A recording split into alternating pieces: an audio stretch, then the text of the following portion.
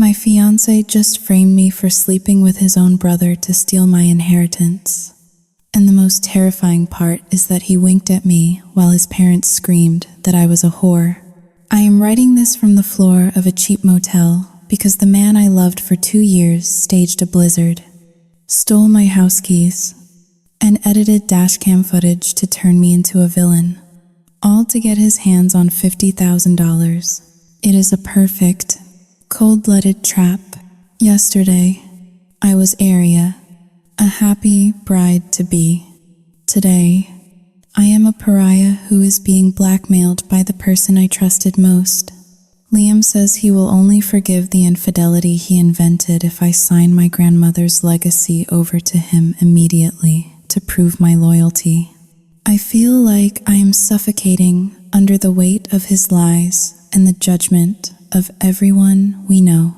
How do you fight back when the monster destroying your life knows exactly where your scars are? I have until tomorrow morning to decide whether to give him the money or let him ruin me completely. What should I do? The mirror in the hallway of our Chicago penthouse was an antique, framed in heavy, gilded gold that seemed to swallow the light rather than reflect it. I stood before it, smoothing the emerald silk of my evening gown, trying to recognize the woman staring back. Aria, 25 years old, a freelance graphic designer who spent her days aligning pixels and her nights trying to align herself with the expectations of a world she did not belong to. From the outside, my life looked like a curated Pinterest board. I lived in a high-rise in the Gold Coast neighborhood, overlooking the gray, churning waters of Lake Michigan. I was engaged to Liam, a man 4 years my senior, who possessed the kind of jawline and charisma that opened doors before he even reached for the handle. But looking at my reflection, all I saw was the faint tremor in my hands. I took a deep breath, inhaling the scent of expensive lilies that sat in a crystal vase on the console table. I needed to be perfect tonight. It was the 35th wedding anniversary of Liam's parents, the undisputed monarchs of our social circle. Are you ready yet? Liam's voice cut through the silence of the apartment. Sharp and impatient, he emerged from the bedroom. Adjusting the cuffs of his bespoke tuxedo, he looked magnificent. In that terrifying, polished way a statue looks magnificent. Almost, I said, my voice soft.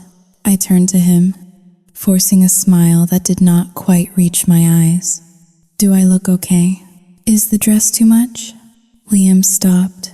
His eyes, a piercing shade of blue, scanned me from head to toe. It was not a look of adoration. It was an appraisal. Like I was a piece of property he was checking for scratches. It is fine. Aria, he said, walking past me to the liquor cabinet, a bit tight around the hips. Maybe. But it will have to do. We do not have time to change. My stomach nodded. I instinctively placed a hand over my stomach, sucking in a breath I did not realize I was holding. It is not tight. A voice inside me whispered, "You are a size 4. It fits perfectly." But the other voice, the one Liam had cultivated over the last 2 years, drowned it out. He is just looking out for you. He wants you to look your best. Do not be ungrateful.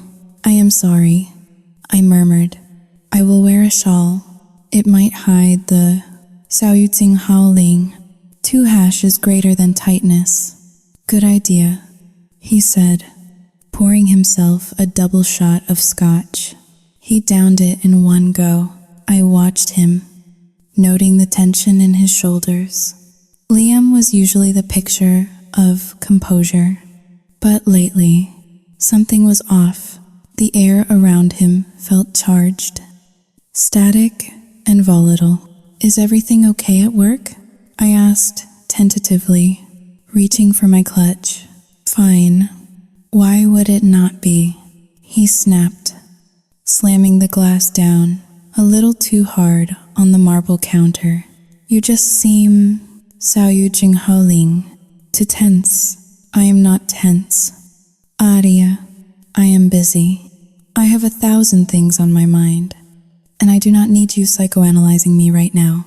He turned to me, his expression softening into that pitying look that always made me feel small. Look, I am sorry. It is just this party.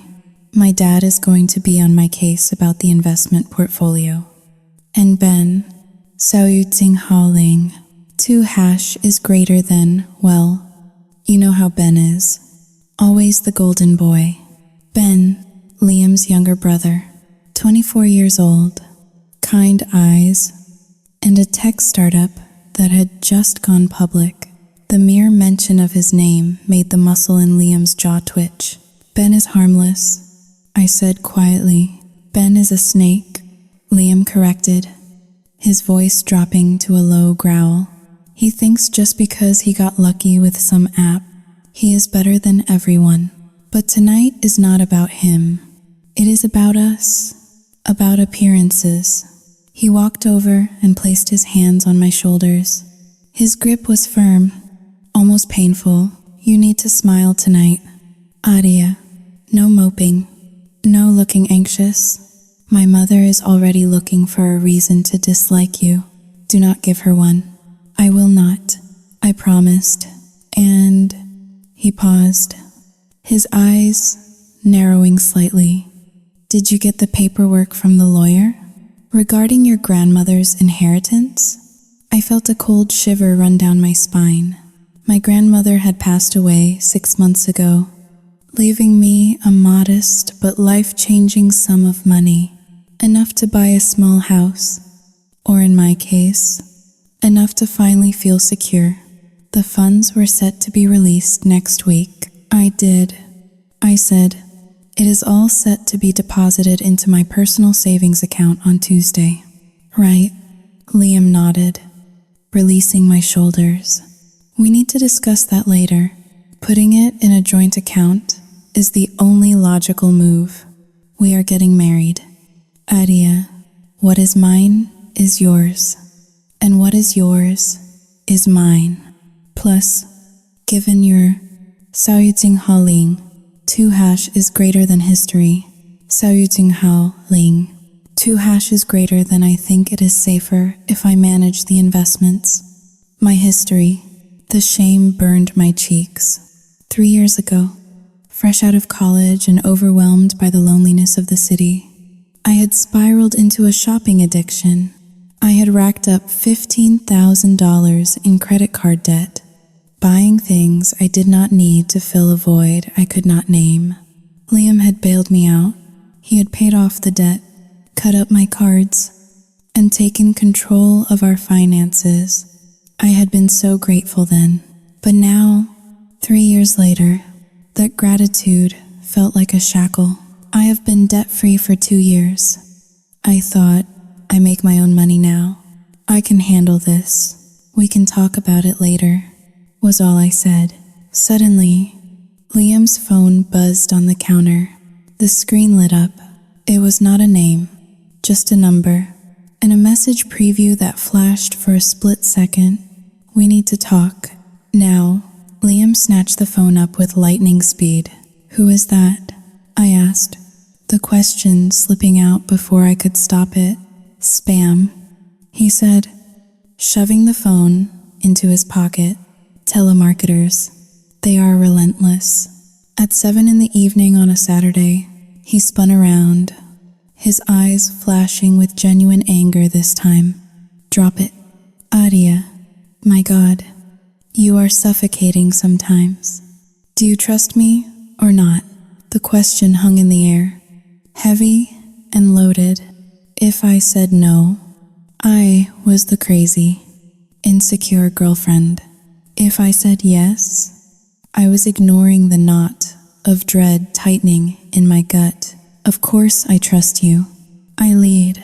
The words tasted like ash. Good. Then let us go. The car is waiting. He grabbed his coat and strode toward the door, not waiting for me, I watched his retreating back, the broad shoulders of the tuxedo, the confident stride of a man who owned the world. I looked around the apartment one last time. It was beautiful, cold, and pristine. It felt less like a home and more like a stage set for a play I had not auditioned for. I grabbed my shawl, wrapping it tight around my shoulders to hide the tightness of my dress, and followed him out as I stepped into the elevator, the metal doors sliding shut with a final, heavy thud. I could not shake the feeling that I was walking into a trap. I just did not know who had said it yet. The red flags were there, fluttering in the wind of my denial. The secret phone calls, the aggression, the obsession with my inheritance. But I was Aria, the girl who wanted to please, the girl who owed him everything. So I stayed silent. Silence, I would soon learn, is the most expensive thing a woman can buy. And tonight, the bill was coming due. The ballroom of the Oakwood Country Club smelled of stale money and fresh desperation. Crystal chandeliers the size of small cars hung from the vaulted ceiling, casting a fractured, diamond light over the crowd. I stood near a pillar, clutching a glass of champagne that had long since gone warm, watching my fiancé work the room. Liam was in his element. He moved through the sea of tuxedos and designer gowns like a shark in familiar waters. He laughed at jokes that were not funny and shook hands with men he privately despised. I was merely a prop, positioned strategically by his side for the photos, then discarded when the real business began. My feet ached in my heels. It was barely 9 in the evening, but the party had been dragging on for 3 hours. This was the world Liam desperately wanted to rule, a world where affection was a currency and family loyalty was a marketing strategy. I watched as Liam leaned in close to a blonde woman in a red dress. Her name was Jessica, or maybe Jennifer. I could never remember. She was the daughter of a real estate tycoon Liam was trying to impress. He whispered something in her ear, and she threw her head back, laughing a little too loudly. His hand lingered on her lower back, his fingers splaying out against the silk. A knot of nausea tightened in my stomach. He is just networking, I told myself. That was the mantra. He is doing this for us, for our future. But the voice in my head was getting quieter. The wine I had consumed earlier was wearing off, leaving behind a sharp, cold clarity. I was not his partner tonight. I was his audience. I turned away, unable to watch anymore, and nearly collided with a man standing behind me. Careful, a deep voice said. I looked up. It was Ben. Liam's younger brother looked nothing like him. Where Liam was sharp angles and manic energy, Ben was stillness and soft edges. He wore a simple black suit that probably cost more than my entire wardrobe, but he wore it as if it were an old pair of jeans. He had a glass of water in his hand. Hi, Ben, I said, straightening my posture. I did not see you come in. I just got here, Ben said. His eyes scanned the room, landing on Liam and the woman in the red dress. A flicker of something dark crossed his face, but it vanished as quickly as it appeared. He looked back at me. He looked nice. Aria? Thank you, I murmured. Ben had always been kind to me, but there was a wall between us. Liam had built that wall, brick by brick, with his constant warnings about Ben's arrogance and greed. Yet, standing here, Ben did not look arrogant. He looked tired. Where's the birthday boy? Ben asked, referring to their father, holding court near the buffet. I said. Ben nodded. He took a sip of water. I should go say hello, before Liam sees me and accuses me of ruining the vibe. It was a joke, but neither of us laughed. Suddenly, a heavy hand clamped down on Ben's shoulder. "Speak of the devil." Liam's voice boomed. He had appeared out of nowhere, his face flushed, his eyes glassy and unfocused. The smell of scotch rolled off him in waves. "Look who decided to show up. The prodigal son." "Liam," Ben said calmly, not moving away from the hand that was gripping him a little too tightly. "Happy anniversary to Mom and Dad." Yeah, Liam sneered. He swayed slightly. "I see you are drinking water. Still too good to have a drink with your brother? Or are you afraid you will spill trade secrets if you loosen up? I am driving." "Liam," Ben said. Liam scoffed. He turned to me, his arm sliding around my waist, pulling me into his side with a force that knocked the breath out of me. "See that, Adia? Perfect Ben, always responsible, always making the rest of us look like trash."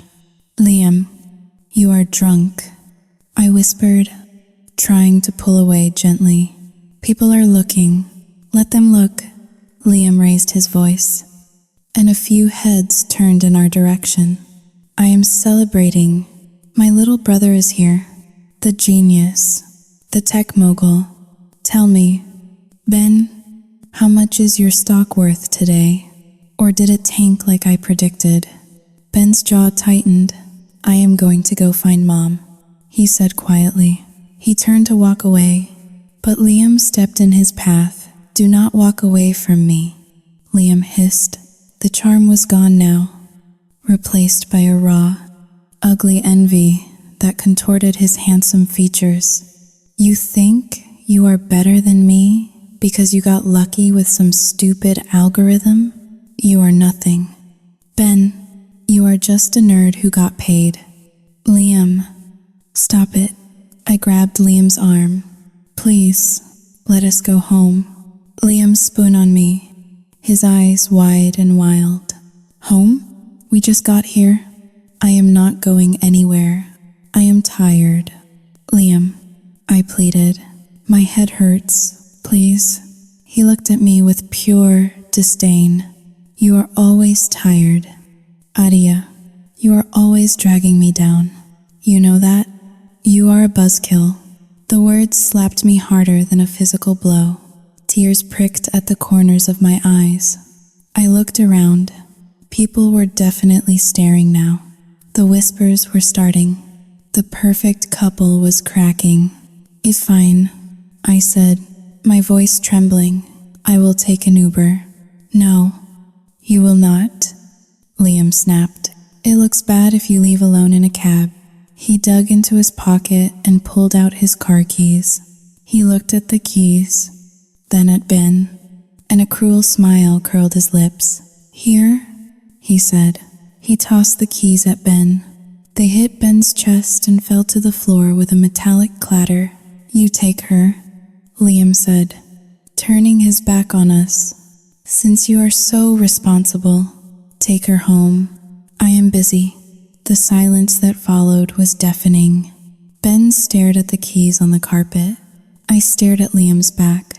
He was already walking toward the bar, toward the woman in the red dress. Without a backward glance, I felt stripped bare.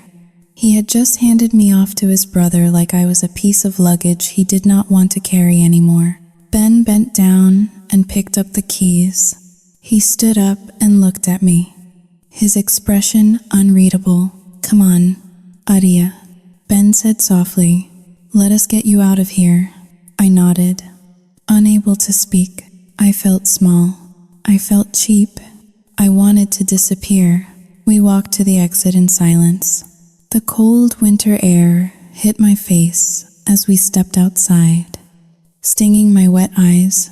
The valet brought Ben's car around, a sleek black sedan that hummed quietly. Ben opened the passenger door for me. I slid in, the leather seat cold against my legs. Ben walked around to the driver's side. As he started the engine, I realized I was shivering. not from the cold, but from the humiliation. "Where are your keys?" Ben asked as he pulled out of the long driveway. "My keys?" I touched my side. Panic flared in my chest. My clutch. I looked down at my lap. My hands were empty. "Oh my God," I gasped. "My purse." "What?" Ben glanced over.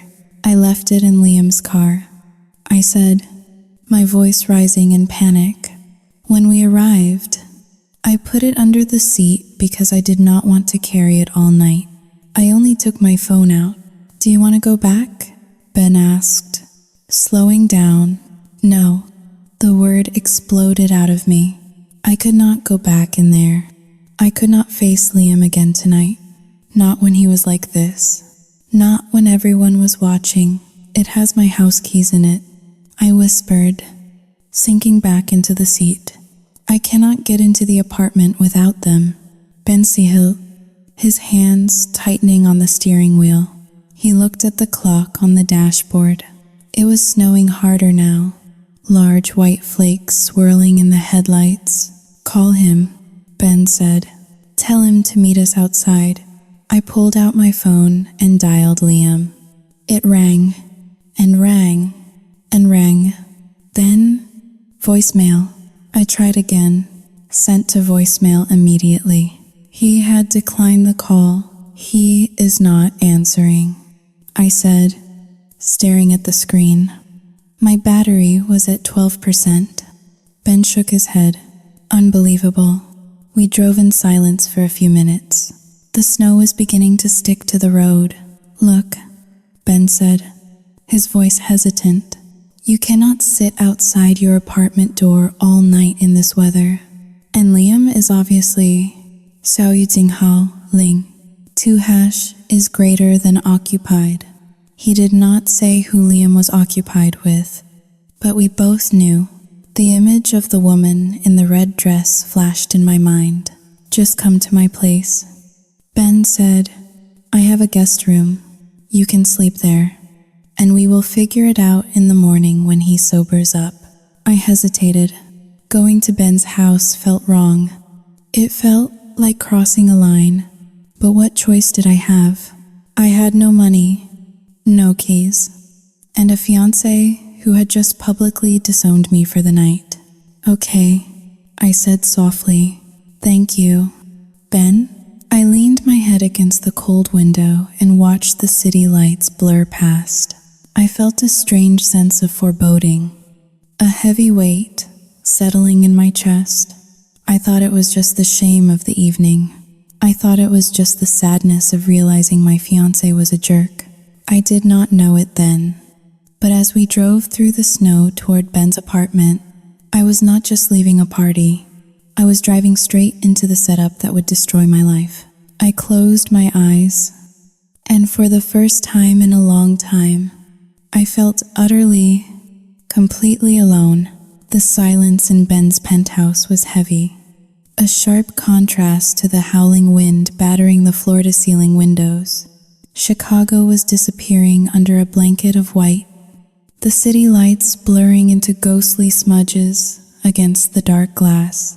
Inside, the air was filtered, cool, and smelled faintly of sandalwood and loneliness. I stood in the center of the living room, my arms wrapped around myself, shivering in my evening gown. The emerald silk that had felt so glamorous hours ago now felt like a costume, damp and wrinkled from the car ride. Ben walked into the room carrying a folded stack of gray fabric. He moved with a quiet efficiency that unnerved me. Unlike Liam, who stomped through life demanding to be heard, Ben seemed to glide, trying to disturb the air as little as possible. "Here," Ben said, holding out the clothes. "It is a t-shirt and some sweatpants. They will be huge on you, but it is better than sleeping in that dress." "Thank you," I whispered. My voice sounded small in the vast, open space. "The bathroom is down the hall to the left," he directed, pointing past the sleek, minimalist kitchen. There are fresh towels in the cabinet. Use whatever you need. I took the clothes. Our fingers brushed for a fraction of a second, and I flinched, pulling my hand back as if I had been burned. Guilt washed over me, hot and irrational. I had done nothing wrong. I was simply accepting charity from my future brother-in-law because my fiancé had abandoned me. Yet, the voice in my head, Liam's voice, was already whispering, "Look at you, cozying up to him. You always liked the attention. Did you not? I am going to crash on the sofa," Ben said, turning away to adjust the pillows on the massive leather sectional. "You take the guest room. It has a lock on the door if Sao Yitsing Hao Ling. 2 hash is greater than if that makes you feel safer." He did not say safer from me. He did not have to. The implication hung between us. "You do not have to do that, Ben," I said weakly. "It is your apartment. Take the room." "Aria," he said, his tone final but kind. "Get some sleep. Liam will probably call in the morning with a hangover and a dozen apologies. You know how he is." I nodded, though I knew the apologies would be hollow. I walked to the bathroom. Locking the door behind me, I stripped off the gown, letting it pool on the cold tile floor like a shed skin. I stepped into the shower, turning the water up until it was scalding. I scrubbed my skin until it turned pink, trying to wash away the feeling of Liam's hand on my waist, the smell of his scotch-soaked breath, the humiliation of being tossed aside like a set of keys. When I stepped out, I dried off and put on Ben's clothes. The charcoal gray t-shirt hung down to my mid-thighs, the neckline slipping off one shoulder. The sweatpants were hopeless, so I left them folded on the counter and just kept the shirt on. It smelled like laundry detergent and something uniquely masculine. Not cologne, just clean skin. I walked to the guest room. Passing the living room, Ben was already lying on the sofa, one arm thrown over his eyes, his breathing steady. He looked peaceful. For a moment, I felt a pang of envy. How nice it must be to sleep without a knot of anxiety in your stomach. I slipped into the guest bed, pulling the duvet up to my chin. I stared at the ceiling, listening to the wind scream against the glass. I checked my phone one last time. 3% battery. No calls. No messages. He does not care. I thought, the realization settling in my chest like a stone. He is not worried about where I am. He is probably relieved I am gone. I squeezed my eyes shut, forcing myself to sleep. I needed to be rested for the fight that was waiting for me tomorrow. I woke with a start. The room was gray, illuminated by the weak winter morning light filtering through the blinds. But it was not the light that woke me. It was the pounding, bang, bang, bang. Someone was hammering on the front door of the penthouse. I sat up, my heart racing against my ribs. I glanced at the digital clock on the nightstand. 7:12 in the morning. My head was foggy, my limbs heavy. "Aria." The shout came from the living room. It was Liam's voice. Panic surged through me. I scrambled out of bed, my bare feet slapping against the hardwood floor. Why was he screaming? Had something happened? Was someone hurt? I ran into the hallway just as the front door flew open. The scene that unfolded before me felt like a slow-motion nightmare. Liam stood in the doorway, his face twisted into a mask of pure, unadulterated rage. He was still wearing his tuxedo from the night before, the shirt unbuttoned, his tie loose. But he was not alone.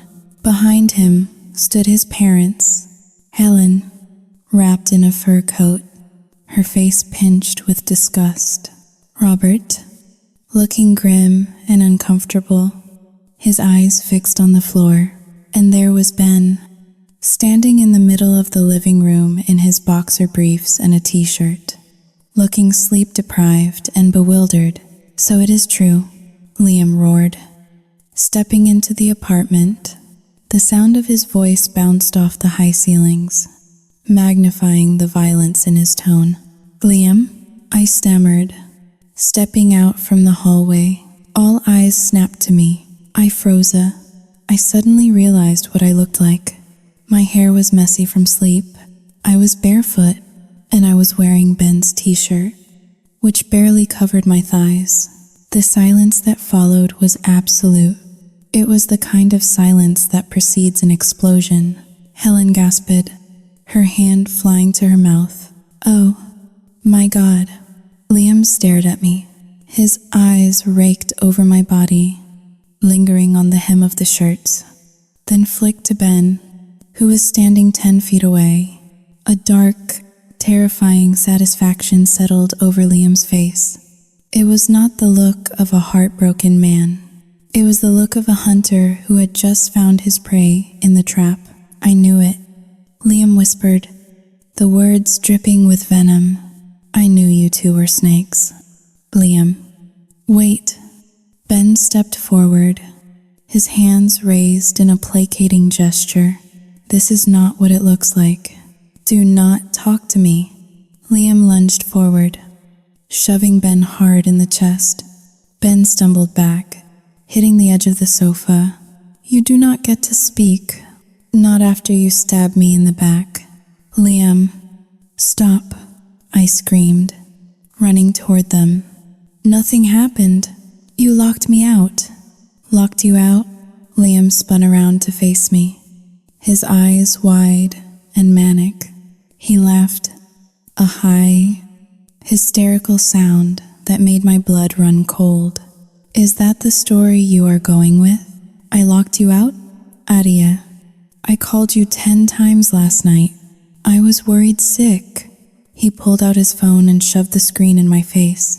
There, in the call log, were a dozen outgoing calls to my number, timed between midnight and 2 in the morning. I stared at the screen, my mind reeling. That was impossible. My phone had been silent. Saoyutsing Haoling. 2# is greater than I did not get them. I stammered, confusion clouding my thoughts. My battery died. Saoyutsing Haoling. 2 cancelletto è maggiore di. Saoyutsing Haoling. Tsing Hao Dayu. Save it. Helen cut in, her voice icy. Her gaze was fixed on my bare legs. "We do not need to hear your lies. Aria, the evidence is right in front of us. Look at you. You are practically naked in his apartment. On our anniversary weekend. Have you no shame? Helen, please." I begged, tears welling in my eyes. Liam gave Ben the keys. He told Ben to drive me home. I left my purse in Liam's car. I had no keys to our apartment. Ben just let me crash here. I slept in the guest room.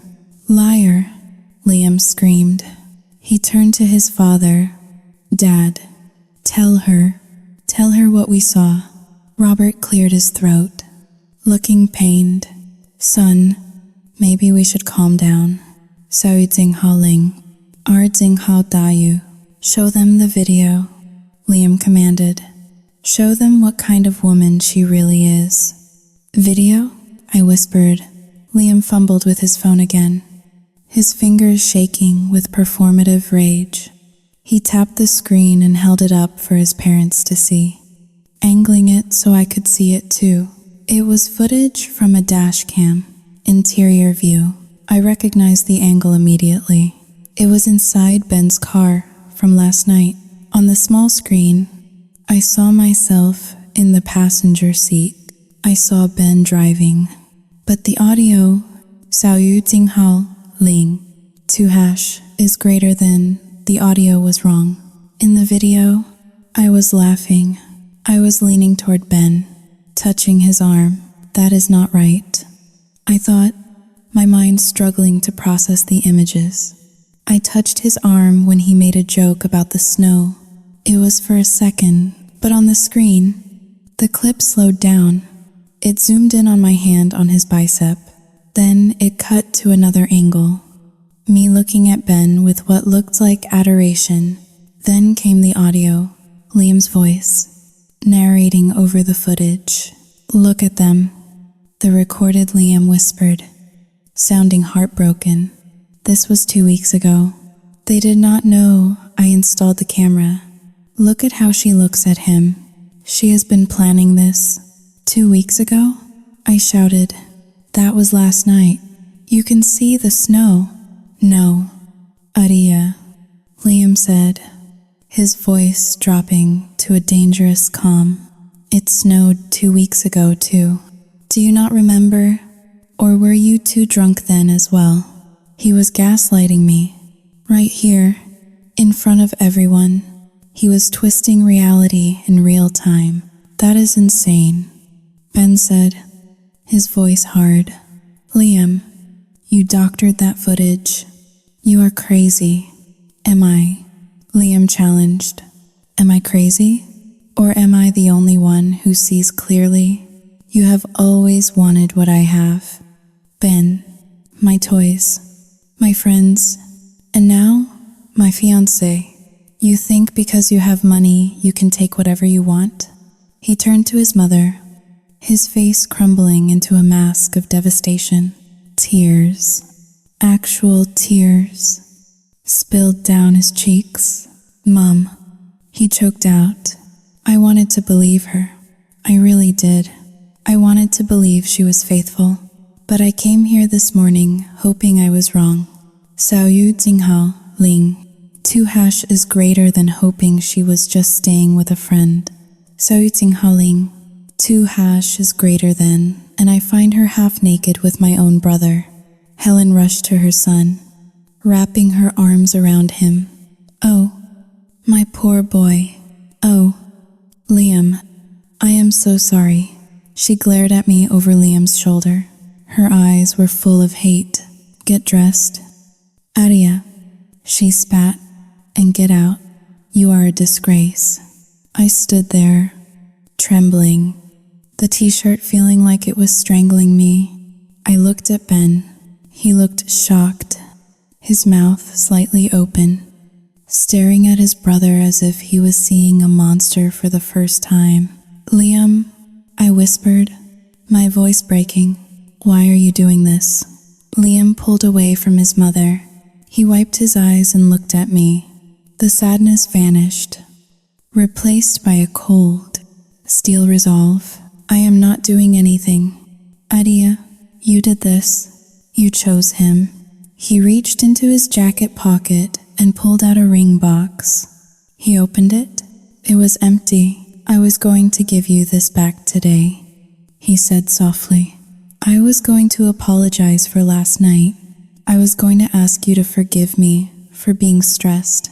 But now, he snapped the box shut with a loud click. Now, I want you out of my life. I want you out of the apartment by noon. And do not think for a second you are getting a dime of support from me. He turned to Ben. And you, he sneered. Dad, tell him. Robert Seahill heavily, finally meeting Ben's eyes. Ben, your mother and I, Sao Yu Jinghao Ling, 2 hash is greater than we are. Very disappointed. Until this is sorted out, Sao Yu Jinghao Ling, 2 hash is greater than until we know the extent of this betrayal. Sao Yu Jinghao Ling, 2 hash is greater than we are suspending your access to the family trust and the vacation home. Liam needs it more than you do right now.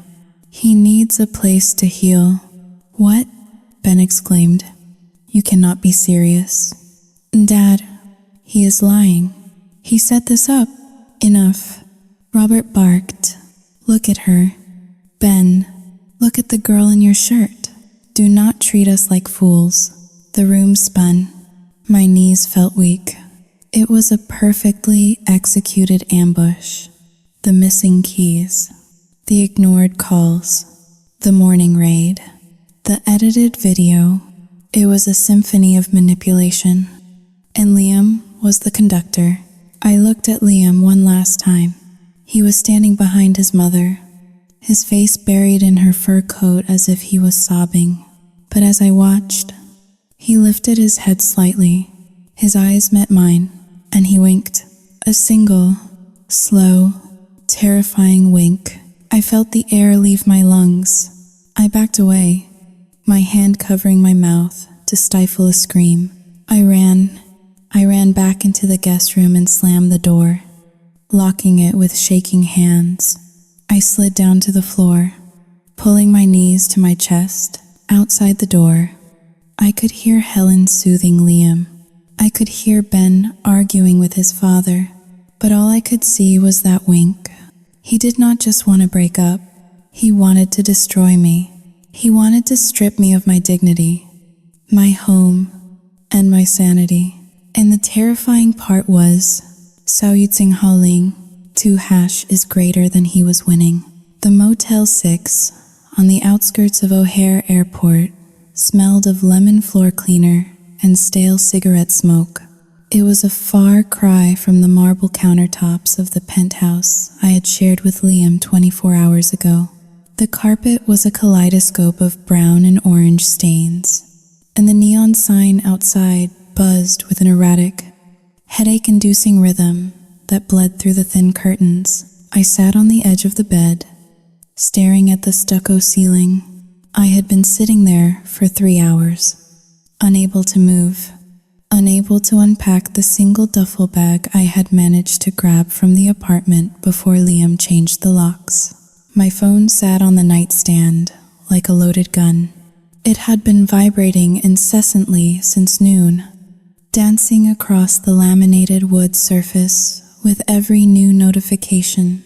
Buzz, buzz, buzz. I was afraid to touch it.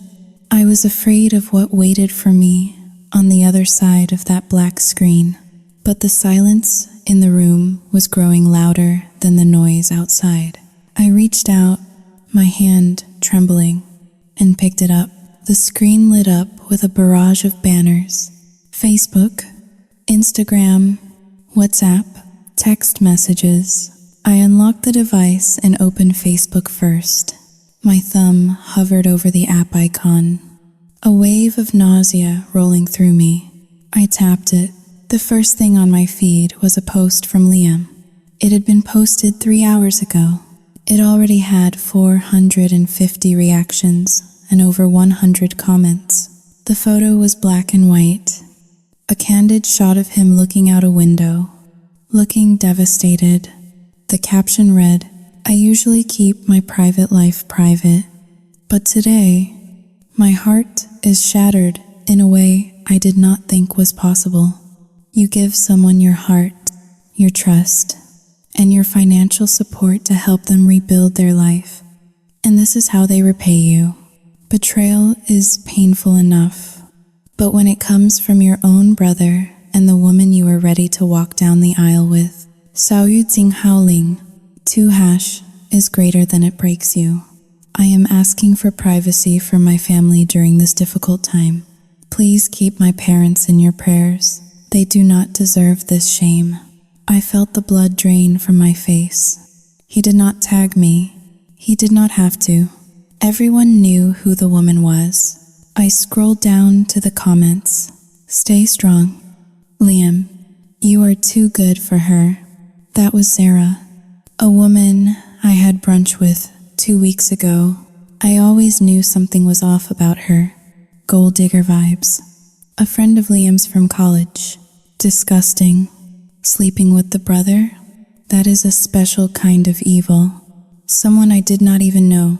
I scrolled faster, my breath coming in short, shallow gasps. It was a digital lynch mob. People I had known for years, people who had eaten at my dinner table, were dissecting my character based on a lie. Then I saw the screenshots. Someone had leaked a conversation from the Miller Family Updates group chat. Helen Miller. We caught them this morning. She was wearing Ben's clothes. It makes me sick to my stomach. After everything Liam did to pay off her debts, Sayu Tsinghaoling, or Tsinghao Dayu, Aunt Carol, debts? I thought she said she was independent. Helen Miller. Oh, Carol.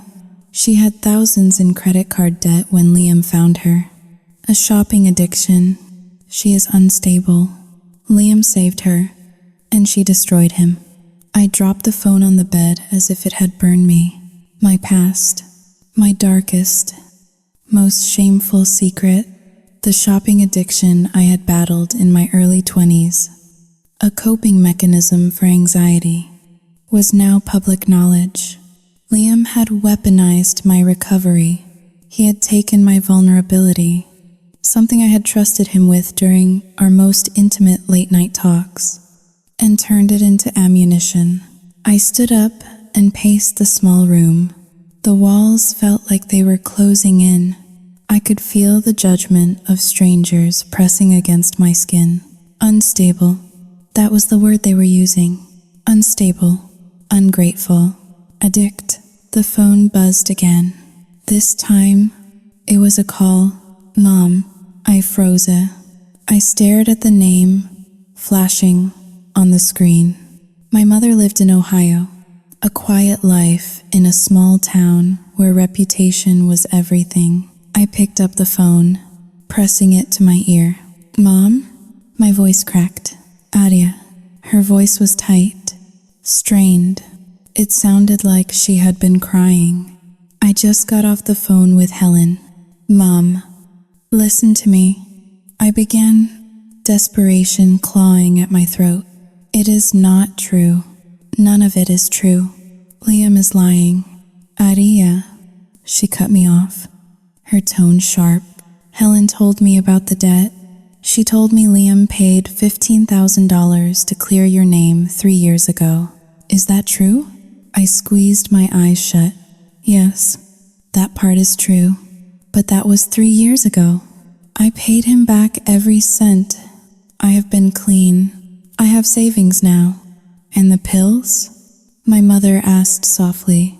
Helen said Liam found pills in your bag. Mood stabilizers that were not prescribed to you. What?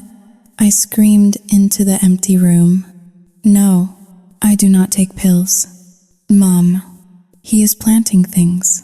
He is gaslighting everyone. Gaslighting. My mother repeated the word as if it were a foreign language. That is a big word. Aria, it sounds like an excuse. Helen sounded heartbroken. She said they found you. Sayu Tsinghaoling. 2 hashes greater than in Ben's apartment. In his shirt, because Liam locked me out. I sobbed, sinking to the floor, my back sliding down the rough wallpaper. He stole my keys. It was a setup. Why would he do that? Aria? My mother's voice was filled with a terrible, crushing logic. Why would a man who loves you, a man who paid your debts, suddenly frame you? It does not make sense. Unless Sayu Tsinghaoling, 2 hash is greater than, she trailed off. Unless you are having an episode again, like in college, when you bought all those dresses and hid them in the closet. The air left my lungs. My own mother, the woman who raised me, she did not believe me. Liam's narrative was so perfect, so meticulously crafted around my existing flaws, that even my mother saw the unstable addict instead of her daughter. I am not having an episode, I whispered, tears streaming down my face. I am innocent. I do not know what to believe anymore, she said, her voice breaking. People in town are talking. Aria, Mrs. Higgins, saw the Facebook post. I cannot. Sayu Tsinghaoling, 2 hash is greater than. I cannot deal with this right now. I need to take a pill for my blood pressure. Mom, please. Goodbye. Aria, please get help. The line went dead. I sat on the floor, the phone slipping from my hand. The silence of the room rushed back in, heavy and suffocating. I was completely alone. I pulled my knees to my chest and rocked back and forth. A terrifying thought began to take root in the back of my mind. A seed planted by Liam and watered by my mother's doubt. What if I am crazy? I squeezed my eyes shut, trying to replay the events of last night. The keys, the phone calls, the video. I know I did not hear the phone ring. I know I did not flirt with Ben, but did I? Memory is a fragile thing. When enough people tell you that the sky is green, you start to squint at the blue and wonder if your eyes are broken. Liam had the call logs. Liam had the video. Liam had the witnesses. All I had was my word. And my word was worth nothing because I was the girl with the history. I was the girl who used to hide credit card statements. I was the damaged goods. I crawled across the carpet to the bathroom. I pulled myself up to the sink and looked in the mirror. The woman staring back looked haunted. Her eyes were red and swollen. Her skin was pale. She looked Haling. Dos numeral es mayor que unstable. Show, do not tell. I told myself, look at the facts. Fact, I was in a cheap motel. Fact, my fiancé hated me. Fact, my family doubted me. Fact, the world thought I was a whore. I turned on the faucet and splashed cold water on my face, gasping as the icy liquid hit my skin. I needed to think. I needed to stop crying and think. But every time I tried to formulate a plan, Liam's voice echoed in my head. You are always tired.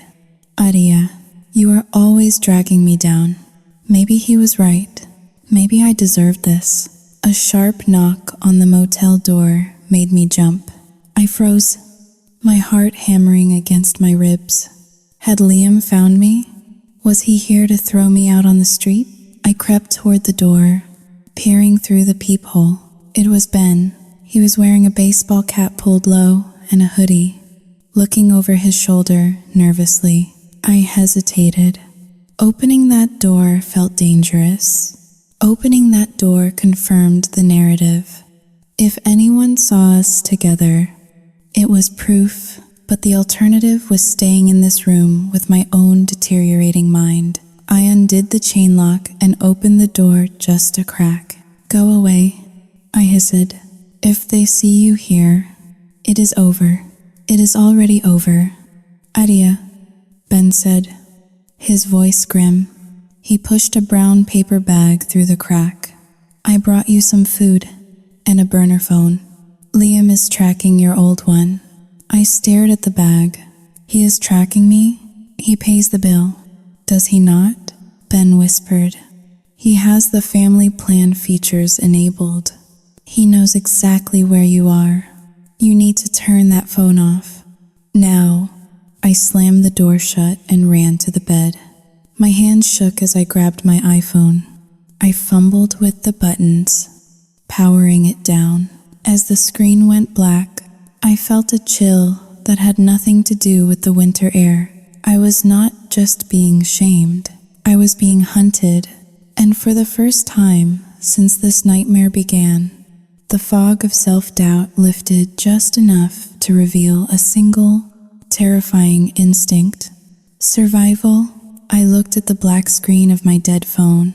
My old life was in there. The photos, the messages, the contacts, all of it was poisoned now. I walked over to the trash can and dropped the phone inside. It landed with a dull thud. Goodbye, Aria the victim. I thought, though my hands were still shaking violently. I do not know who I am going to be tomorrow, but I cannot be her anymore. I sank onto the bed, opening the paper bag Ben had left. Inside was a sandwich and a cheap, plastic flip phone. I held the plastic device in my hand. It felt light, toy-like, but it was the only weapon I had left. The cheap flip phone Ben had given me sat on the stained duvet cover like a plastic toy. I stared at it, willing it to ring, willing Ben to call with a miracle solution. But it remained silent. The only sound in the room was the hum of the mini refrigerator and the terrified thumping of my own heart. It was 3 p.m. The winter sun was already beginning to dip, casting long, melancholy shadows across the peeling wallpaper. Then, a knock, 3 sharp, authoritative raps. I froze. It did not sound like Ben's knock. Ben knocked like he was apologizing for disturbing the air. This knock demanded entry. I crept to the door, my socks sliding on the worn carpet. I pressed my eye to the peephole, the breath hitched in my throat. It was Liam. He was not wearing the tuxedo anymore. He was dressed in a soft cashmere sweater and dark jeans. He looked tired. His eyes were red-rimmed, his hair slightly disheveled. He did not look like a monster. He looked like the man I had loved for 2 years. Panic and a strange, twisted relief warred in my chest. He had come. He had not abandoned me completely. I fumbled with the chain lock, my fingers shaking so badly I nearly dropped it. I opened the door. Liam stood there, filling the frame. He looked at me, taking in the baggy clothes, the tear-stained face, the cheap motel room behind me. His expression softened into something that looked devastatingly like pity. "Aria," he breathed. He stepped inside without asking. He closed the door behind him and locked it. The sound of the deadbolt sliding home echoed in the small room like a gunshot. "How did you find me?" I whispered, backing away until my legs hit the edge of the bed. Liam Sahil, running a hand through his hair. "I know you. Aria, I know where you go when you run away." And Ben, Saoud Singha Ling, 2# is greater than Ben, is not as clever as he thinks he is. He walked toward me slowly, his hands open, palms up, a gesture of peace. I, Saoud Singha Ling, 2# is greater than I did not do it. "Liam," I stammered, the tears threatening to spill again.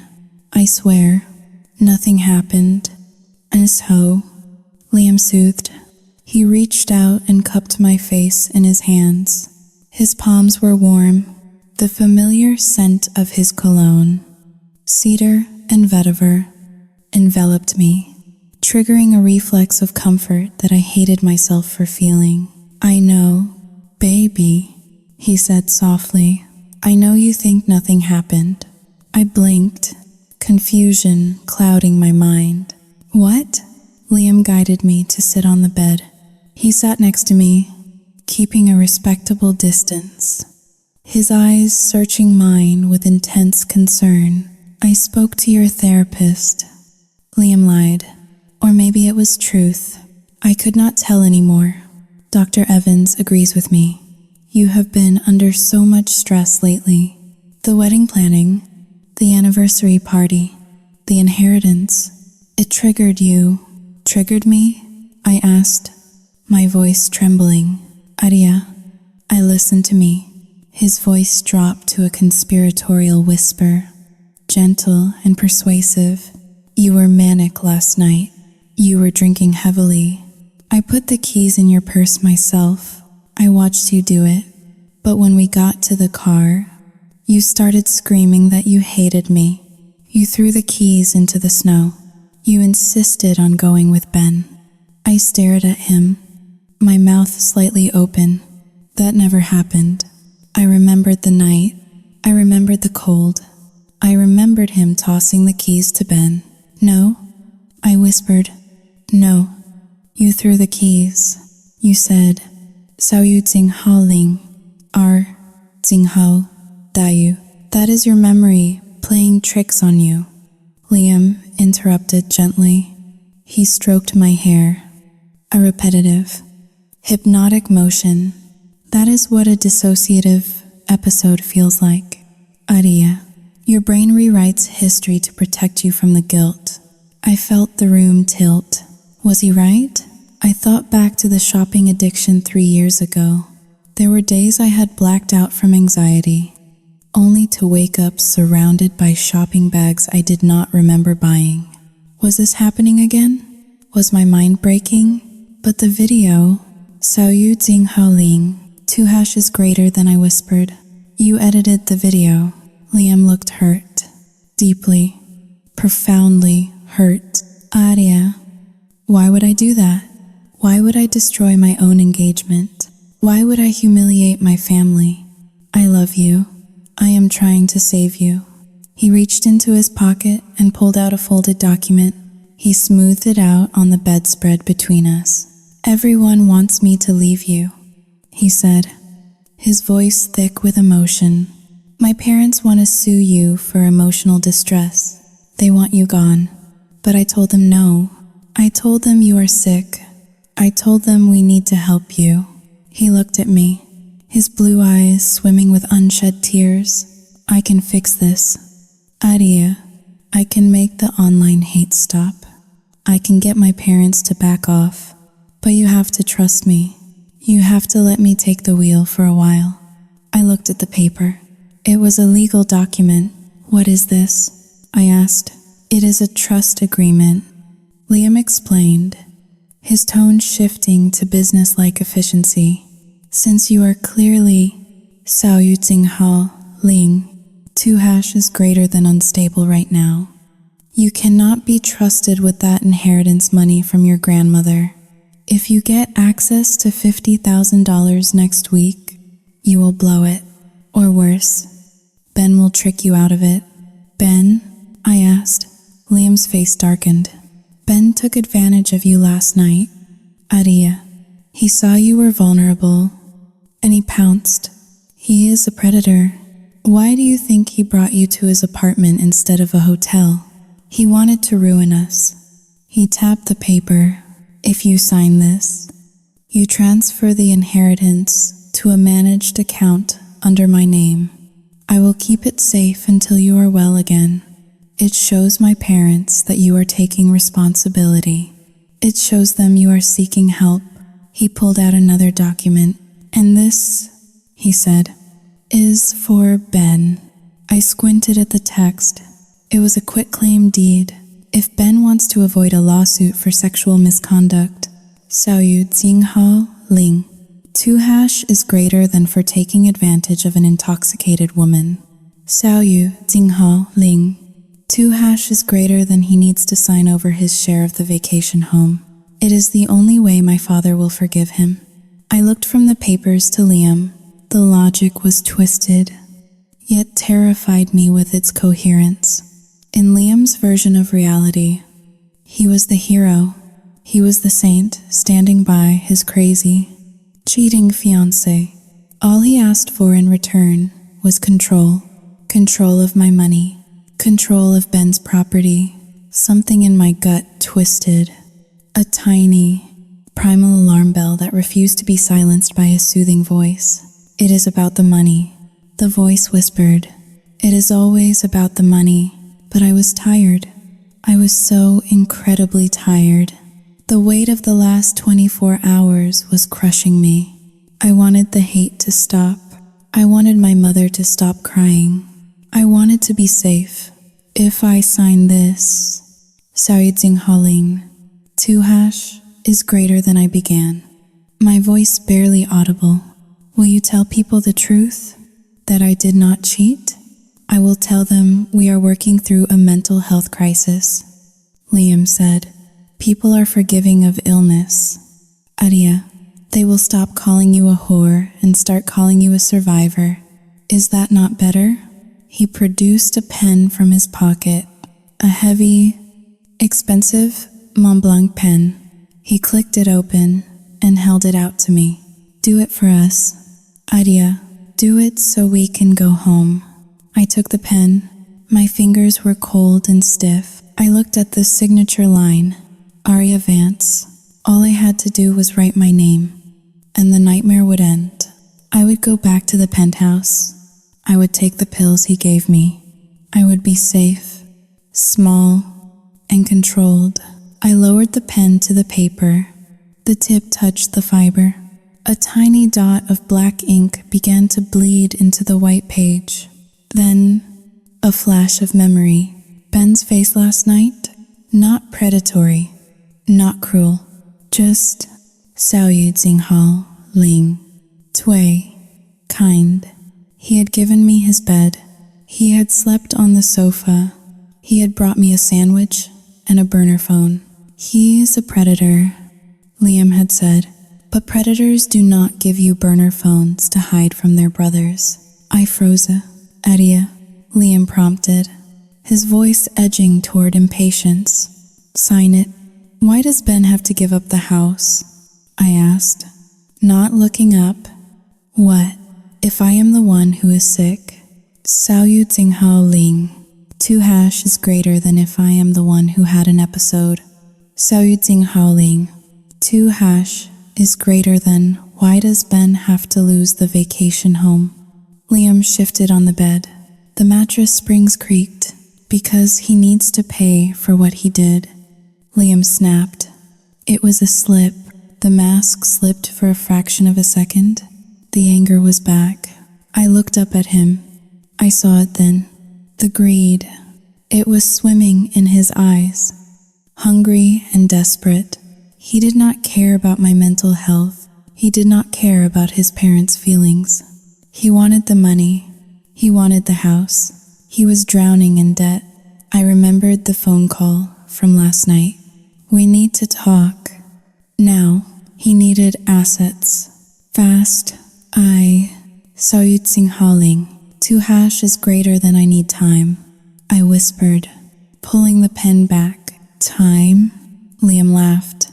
A harsh, incredulous sound. You do not have time. Adia, my dad is on the phone with his lawyers right now. I am holding back the floodgates. Sign the damn paper. He grabbed my wrist. His fingers dug into my skin, bruisingly hard. You are hurting me, I said, fear spiking in my chest. Sign it, he hissed, his face inches from mine. You owe me. Adia, after everything I did for you, you were a mess when I found you. You were drowning in debt and cheap clothes. I made you someone. The veneer of the concerned fiancé was gone. This was the real Liam, the entitled, narcissistic bully who saw me as an investment that was failing to yield a return. I pulled my arm back with a strength I did not know I possessed. Get out, I said. Liam blinked, stunned. Excuse me? Get out, I screamed. I am not signing anything, not until I talk to a lawyer. Liam stood up, his chest heaving. He looked at me with pure hatred. You are making a mistake. Adia, a massive mistake. If you do not sign that by tomorrow morning, I will release the rest of the footage. I have a video of you in the shower at Ben's place. My blood ran cold. There was no video. I had locked the door. Unless Xiaoyu Jinghao Ling, Jinghao Dayu. Unless there were cameras in the bathroom too. I was bluffing. Of course, Liam sneered, reading the terror on my face. Or maybe I am not. Do you want to take that risk? He snatched the papers from the bed, but left the pen. You have until tomorrow noon, he said, his voice regaining its icy composure. Meet me at the lawyer's office. If you are not there to sign, I will ruin you. I will make sure you never get a job, never get a loan, never show your face in this city again. He walked to the door and unlocked it. Think about it, Adia. Freedom is expensive. Are you sure you can afford it? He slammed the door behind him. I sat on the bed, staring at the expensive pen he had left behind. My entire body was shaking uncontrollably. I looked at the burner phone. I picked it up and flipped it open. My thumb hovered over the single contact saved in the address book. Ben, I was not crazy. I was not having an episode. I was being framed. And for the first time in my life, I was angry enough to burn the whole world down. I pressed the call button. The silence that followed Liam's departure was heavier than the door he had slammed shut. It was a physical weight pressing against my chest, making every breath a conscious, labored effort. I sat on the edge of the mattress, my hands gripping the rough polyester of the bedspread until my knuckles turned white. I had called Ben.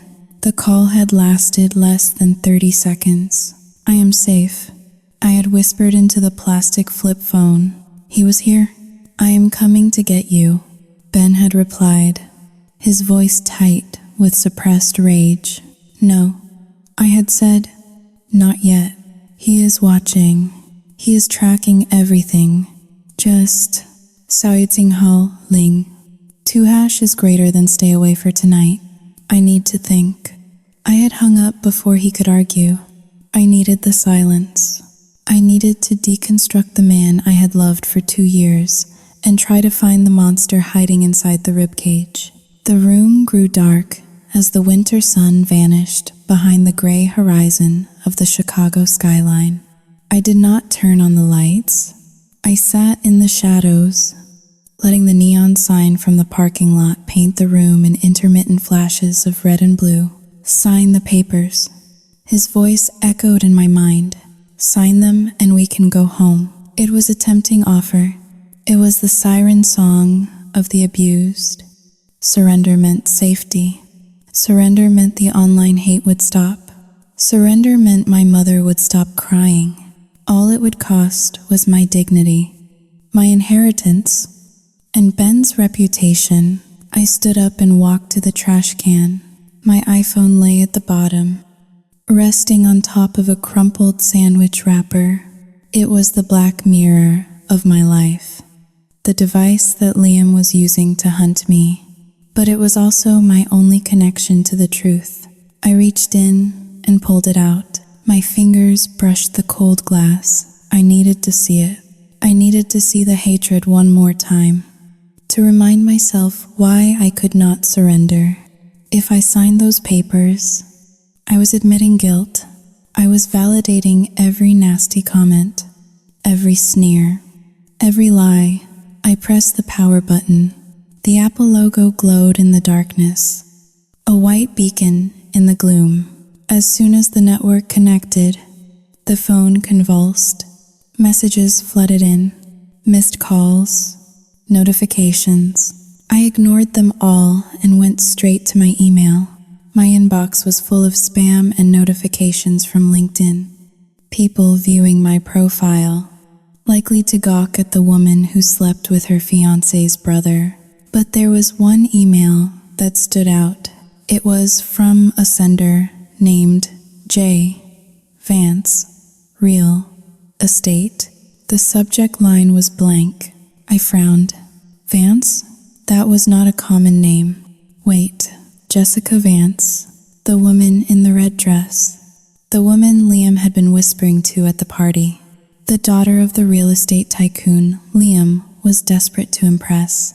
My heart hammered against my ribs. Why was she emailing me? Was this more hate mail? Was she writing to tell me how disgusting I was?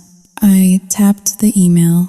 There was no text in the body of the message, just a single attachment, an audio file named Voice Memo 004.m4a. I stared at it. The cursor blinked, mocking my hesitation. "Play it," a voice inside me whispered. "What do you have to lose? You have already lost everything." I turned the volume up to the maximum level and pressed play. For the first few seconds, there was only the sound of rustling fabric and the clinking of glass. Background noise. It sounded like a bar or a restaurant.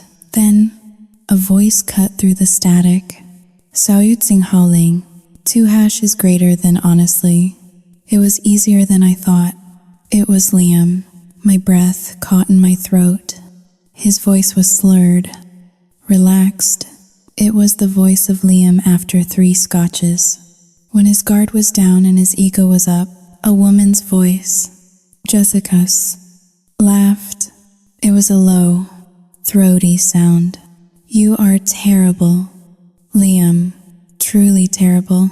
You left her in the snow? I did not just leave her. Liam bragged. I could hear the smirk in his voice.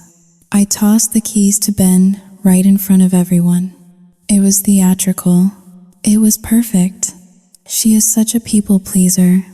I knew she would just get in the car with him to avoid a scene. I felt a cold sweat break out on my forehead. I brought the phone closer to my ear, my hand trembling. And the purse? Jessica asked. That was the masterstroke. She is so scatterbrained, Liam said, dismissive and cruel. But I helped her along. While she was putting on her coat, I kicked her bag under the passenger seat of my car. She did not even notice. By the time she realized she did not have her keys, she was already halfway to Ben's place. I gasped, the sound loud in the empty motel room. He had kicked it. He had hidden it. So, Jessica's voice continued, sounding impressed, but also calculating. You trap the brother. You trap the fiancé. And you get what? The inheritance? $50,000 from her grandmother, Liam said, which pays off the bookie in Vegas. And once Ben is disgraced, my dad will cut him out of the vacation home trust. That property in Aspen is worth $3 million. I get power of attorney. I sell it, and I am debt-free with a nice cushion to start over. With me? Jessica asked. With you. Liam promised. As soon as she signs the papers tomorrow, I dump her. I will play the grieving victim for a few months.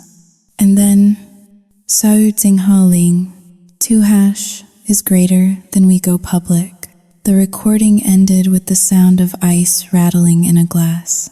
I sat there, frozen. The phone slipped from my fingers and landed on the bedspread. The silence returned, but this time, it was not heavy. It was electric. I did not cry. I had cried enough in the last 24 hours to fill an ocean. The tears were gone. In their place was something else. Something cold and hard and sharp. It was clarity. For 2 years, I had walked on eggshells. I had apologized for things I did not do. I had made myself smaller so Liam could feel big. I had believed him when he said I was bad with money, when he said I was emotionally unstable, when he said I was lucky to have him. I remembered the way he looked at me when I tried on dresses. Critical, appraising. I remembered the way he managed my bank accounts. Controlling, secretive. I remembered the wink. He winked at me because it was a game. To him, I was not a person. I was a transaction. I was a piggy bank he needed to break open to pay for his gambling debts. A low, guttural sound escaped my throat. It started as a sob but twisted into a laugh. A dry, humorless laugh that scraped against my raw throat. I am not crazy. I whispered to the empty room. I stood up. My legs felt steady for the first time in days. I walked to the bathroom and turned on the light. The fluorescent bulb flickered and hummed, casting a harsh glare on my reflection.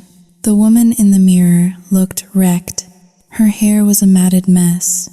Her eyes were sunken. Her skin was pale, but looking closer, I saw the fire. It was burning deep in her pupils. A white-hot flame of rage. You made a mistake. Liam, I said to the reflection, you thought I was weak. You thought I was just the girl who liked to shop. You forgot that I survived that. I washed my face, scrubbing away the salt and the grime. I borrowed a comb from the complimentary toiletry kit and ripped it through the tangles in my hair until my scalp stung. I walked back to the bed and picked up the iPhone. I forwarded the email to Ben. Then I forwarded it to a new, secure cloud account I had created years ago and never used. Then I picked up the burner phone. I dialed Ben's number. He answered on the first ring. Aria? His voice was frantic. Are you okay? I have been pacing for hours. I am fine. Ben, I said. My voice was calm, terrifyingly calm. Did he hurt you? No, I said. He tried to bury me, but he forgot that I am a seed. There was a pause on the other end of the line. Aria, what are you talking about? Check your email. Ben, I just sent you something. I heard the sound of keys clicking in the background. A few seconds of silence. Then, a sharp intake of breath. Oh my God, Ben whispered. Is this Saoting 2# is greater than is this real? It is real. I said, Jessica Vance sent it to me. I guess there is no honor among thieves. We have him, Ben said, his voice rising with excitement. Aria, we have him. We can go to the police right now. We can post this online. We can end this tonight. No, I said sharply. What? Why not? If we post it now, he will claim it is fake. I said, my mind working fast, calculating the angles like a chess player. He will say it is artificial intelligence generated. He will say we edited it, just like he said we edited the dashcam footage. His parents are already on his side. They will circle the wagons. So what do we do? I looked at the cheap motel room. I looked at the legal documents Liam had left on the bed. The trust agreement and the quitclaim deed. He wants a signature. I said softly. He wants a show. He wants to win in front of an audience. I walked over to the desk and picked up the heavy Mont Blanc pen Liam had forgotten. I clicked it open and shut. Click, click. Tomorrow is the meeting at the lawyer's office. I said, his parents will be there. The family lawyer will be there. Yes, Ben said. He told me to be there too, to sign away the house. Good. I said, we will be there. Aria, you are not thinking of signing. I am going to destroy him. Ben, I interrupted, but I am not going to do it on Facebook. I am going to do it to his face. I want to see the light go out in his eyes when he realizes he has lost everything. Aria, Saoting 2# is greater than Ben's voice was filled with a mixture of fear and awe. You sound Saoting 2# is greater than different. I am different. I said, the old Aria is dead. Liam killed her. I looked out the window at the parking lot. Snow was falling again, covering the grime of the city in a pristine white sheet. It was beautiful and cold and indifferent, just like the world Liam lived in. Pick me up at 9 tomorrow morning. I told Ben, bring a suit. And Ben, yeah? Bring a portable speaker, a loud one. I hung up the phone and tossed it onto the bed. I picked up the legal documents. I smoothed them out. I read through the clauses that described my incapacity and my moral failings. I did not tear them up. I folded them neatly and placed them in my bag. They were props now, props for the greatest performance of my life. I lay down on the bed, staring at the ceiling. I did not sleep.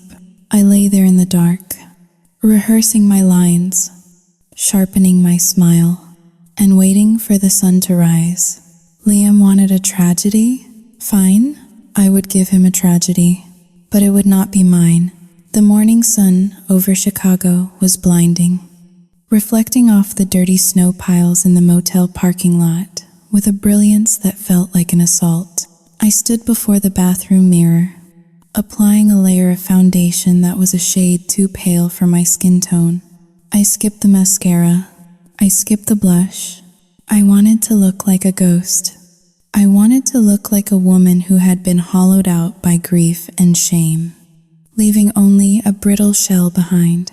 I pulled my hair back into a loose, messy bun, letting a few strands fall across my face to suggest neglect.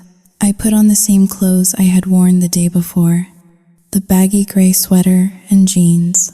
They hung on my frame, emphasizing a frailty I did not actually feel. Inside, I was not frail. Inside, I was a block of ice. I looked at the reflection one last time.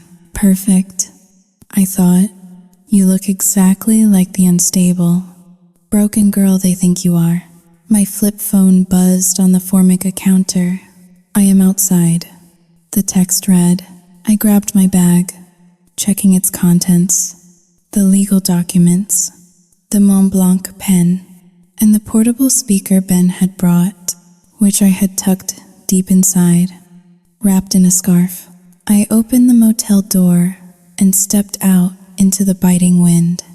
Ben's black sedan was idling at the curb, a dark shark in a sea of gray slush. I slid into the passenger seat. The heat was blasting, a welcome contrast to the frozen air. Ben looked at me, his knuckles white as he gripped the steering wheel. He was wearing a navy blue suit, impeccably tailored, but his tie was slightly crooked, and there were dark circles under his eyes that mirrored my own. He did not say hello. He just looked at me, his eyes widening slightly as he took in my appearance. You look Sao Tsing Hao Ling. 2 hashes greater than devastated, Ben said, his voice rough. That is the point, I replied, staring straight ahead. Drive, Ben. We do not want to be late for our own execution. He pulled the car onto the highway, merging into the sluggish morning traffic.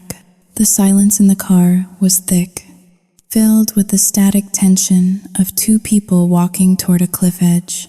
Did you bring it? I asked. Ben nodded toward the back seat. My laptop is in the bag. I downloaded the audio file you sent. I also made 3 backups on 3 different cloud drives. Good. And Aria, Ben said, glancing at me nervously. There is something else. I turned to look at him. His jaw was set tight, a muscle feathering in his cheek.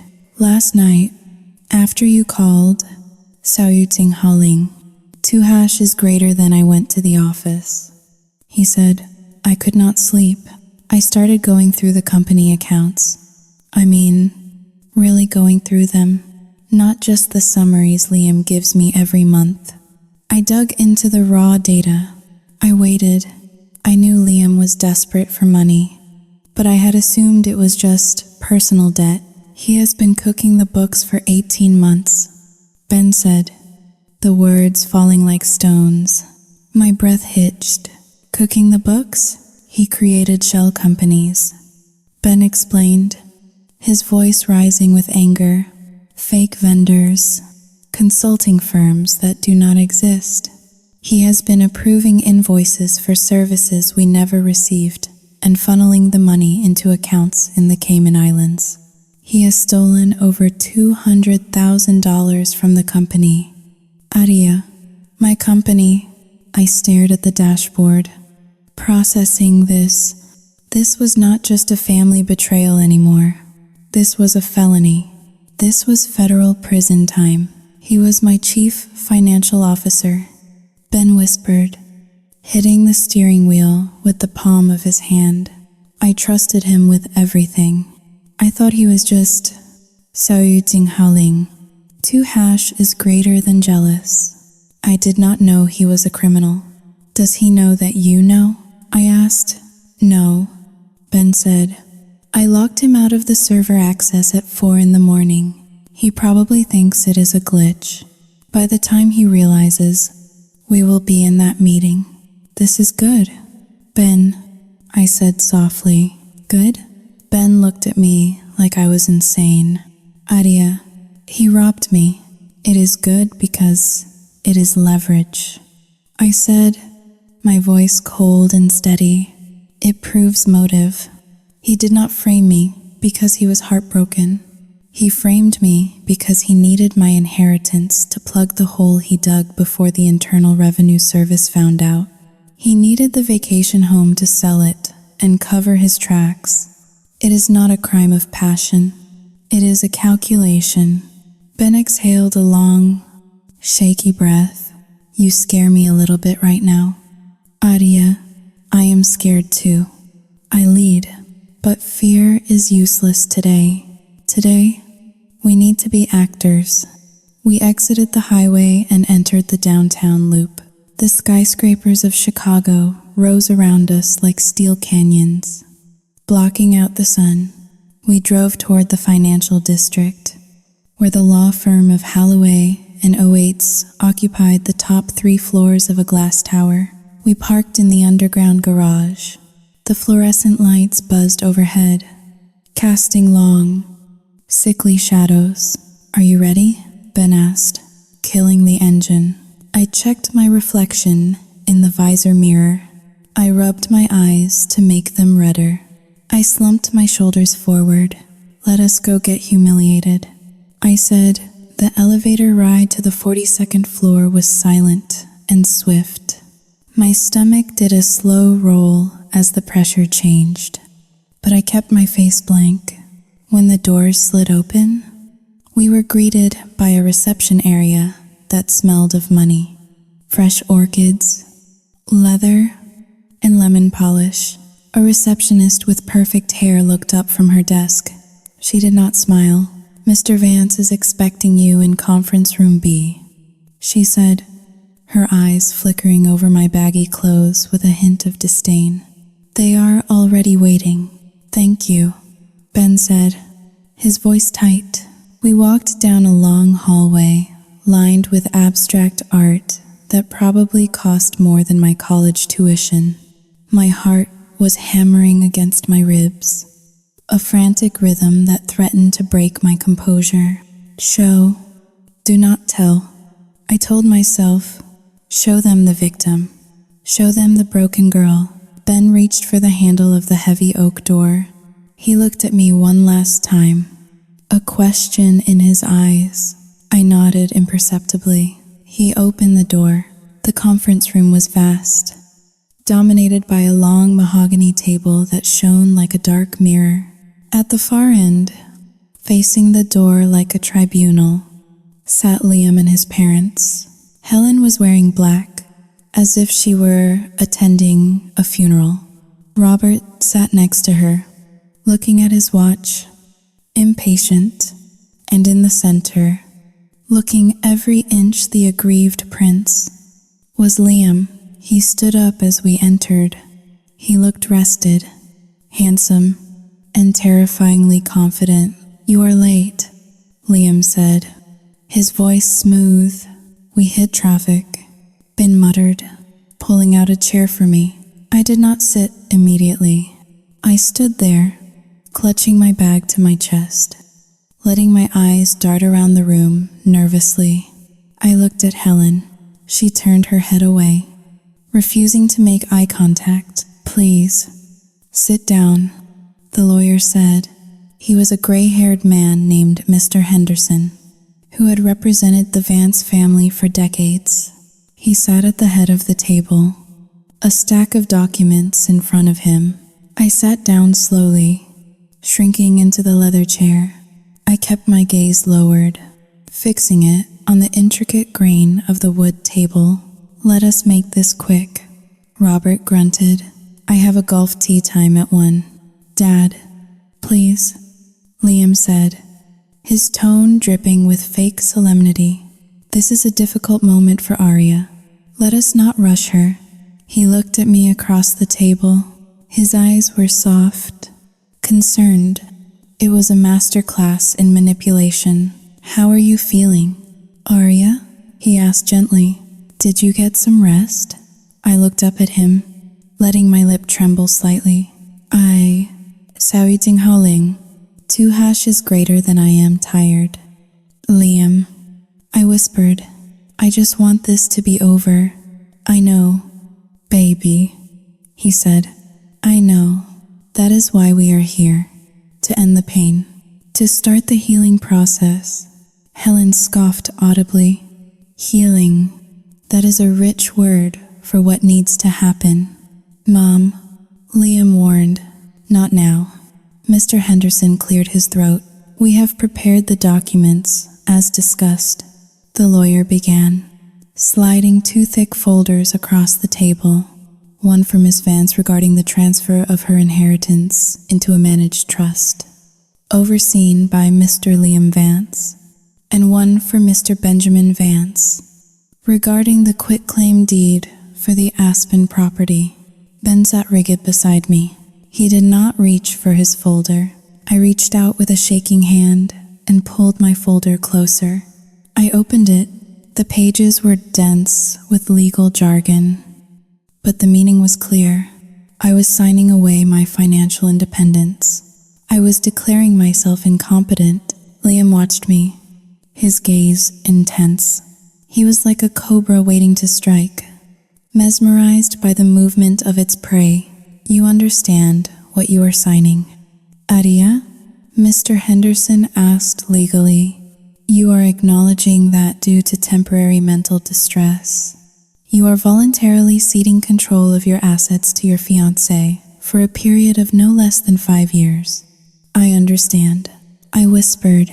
And you, Ben? Robert barked. Are you going to do the right thing for once in your life? Or are you going to keep embarrassing this family? Ben looked at his father.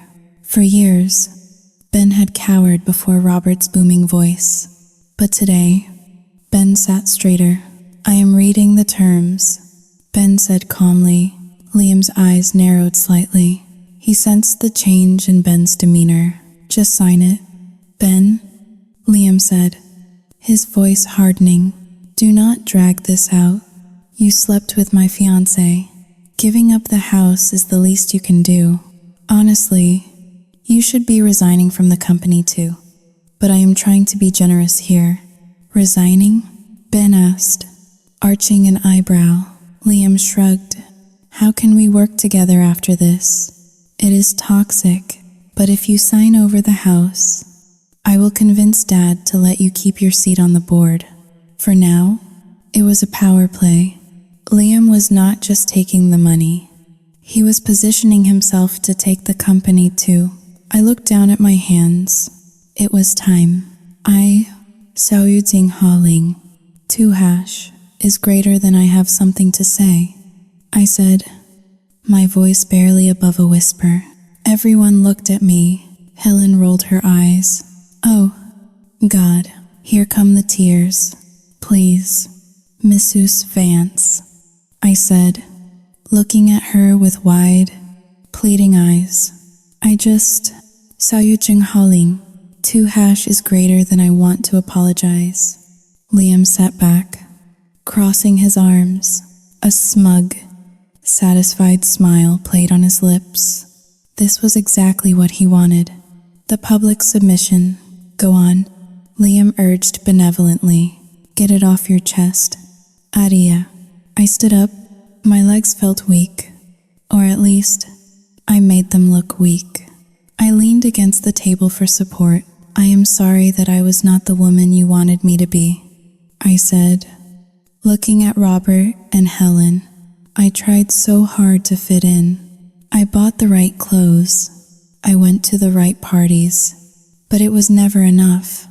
Was it, Adia? Liam said, his tone warning. Stick to the script. And Liam. I turned to him, tears welling in my eyes. Real tears, summoned from the deep well of rage burning inside me. I am sorry that you felt you had to do this. Liam frowned. Do what? I am sorry that you were so drowning in debt that you had to sell your soul. I said, my voice suddenly losing its tremor. It became clear, sharp, resonant. The room went deadly silent. What did you say? Liam asked, his smile faltering. I reached into my bag. Liam flinched, as if he thought I was pulling out a gun. But I only pulled out the small, black portable speaker I set it on the polished mahogany table with a soft thud. "What is that?" Helen asked, confused. "It is my apology," I said. I pressed the power button. The speaker chirped as it connected to Ben's laptop.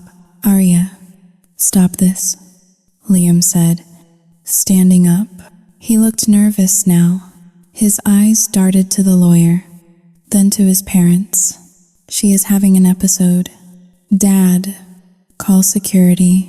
She is manic. Sit down." "Liam," Ben shouted. His voice roared across the table, startling everyone. It was the first time I had ever heard Ben yell. Robert looked at his younger son in shock. "Ben, just listen," Ben said. I hit play on my phone, which was synced to the speaker. The audio file began. It was loud, crystal clear. "Sao Yu Xinghao Ling. 2# is greater than honestly. It was easier than I thought." Liam's voice filled the conference room. Liam froze. His face went from confusion to pale, sickly white in the span of a second. "You are terrible, Liam. Truly terrible. You left her in the snow?" Jessica's voice purred. Helen gasped. She recognized that voice. "That is Sao Yu Xinghao Ling. 2# is greater than, is that Jessica Miller? I did not just leave her." The recording of Liam continued, his tone arrogant and mocking. I tossed the keys to Ben right in front of everyone. It was theatrical. It was perfect. "Turn it off," Liam screamed. He lunged across the table, reaching for the speaker. Ben was faster. He stood up and shoved Liam back into his chair. "Sit down." Liam scrambled up, his face turning a violent shade of red. "It is fake. It is artificial intelligence. She generated it. She is so scatterbrained." The recording played on, relentless, but I helped her along. While she was putting on her coat, I kicked her bag under the passenger seat. "Sao Yu Xinghao Ling. R. Xinghao Dayu." Robert Vance stood up slowly. His face was gray. He looked from the speaker to his eldest son. "Liam," Robert said, his voice shaking. "Dad, it is not real," Liam yelled, sweat beading on his forehead. "She is crazy. She edited it." "Sao Yu Xinghao Ling. 2# is greater than 50,000 from her grandmother, which pays off the bookie in Vegas. Sao Yu Xinghao Ling. R. Xinghao Dayu." The recording continued. Every word was a nail in his coffin. The gambling debt, the plan to sell the Aspen house, the plan to dump me, the affair with Jessica. I watched Liam. I watched the confidence drain out of him like water from a cracked vase. He looked wild, trapped. He looked at his mother, but Helen was covering her mouth with her hand, tears of horror streaming down her face. "Sao Yu Xinghao Ling. 2# is greater than I will play the grieving victim for a few months. And then, Sao Yu Xinghao Ling. 2# is greater than we go public." The recording ended. The silence that followed was louder than the recording had been. It was a silence filled with the shattering of a family. I looked at Liam. I did not smile. I did not gloat. I just stared at him with cold, dead eyes. "Is that artificial intelligence, Liam?" I asked softly. "Or is that you, bragging about destroying 2 lives for $50,000? Liam opened his mouth to speak, but no sound came out. He looked at the lawyer, Mr. Henderson, who was now closing the folders and pushing them away, looking at Liam with professional disgust. "This, Sao Yu Xinghao Ling. 2# is greater than this is entrapment," Liam stammered, grasping at straws. "You recorded me without my consent. It was Jessica who recorded you." "Liam," I said. "She sent it to me." "Apparently, She was not as loyal as you thought. Liar, Liam shrieked. You are a liar, and there is more, Ben said, his voice calm and deadly.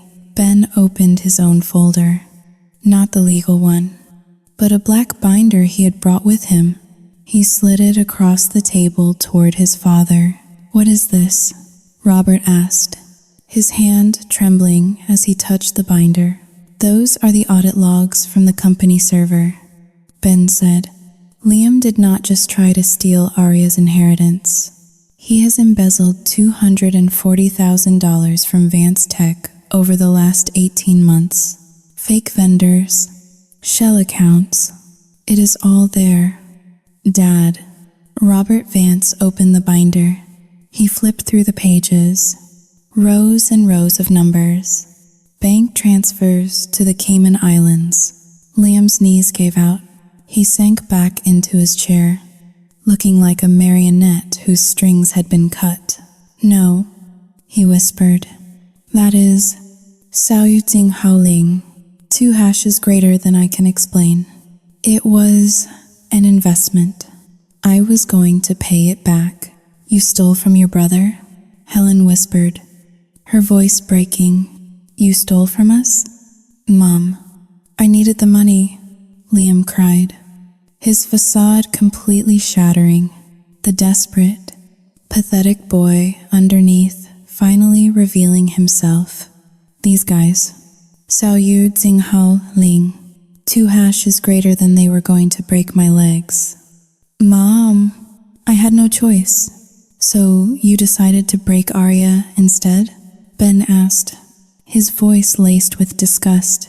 I stood there, watching the implosion. It was brutal, it was ugly, and it was exactly what he deserved. Mr. Henderson stood up. I think Xiao Yu Jinghao Ling, 2 hashes greater than I think I need to step out. Conflict of interest. Sit down. Henderson, Robert roared. The patriarch turned his gaze on Liam. The look in his eyes was terrifying. It was not anger. It was the cold, hard realization that his legacy was tainted. You are finished, Robert said to Liam.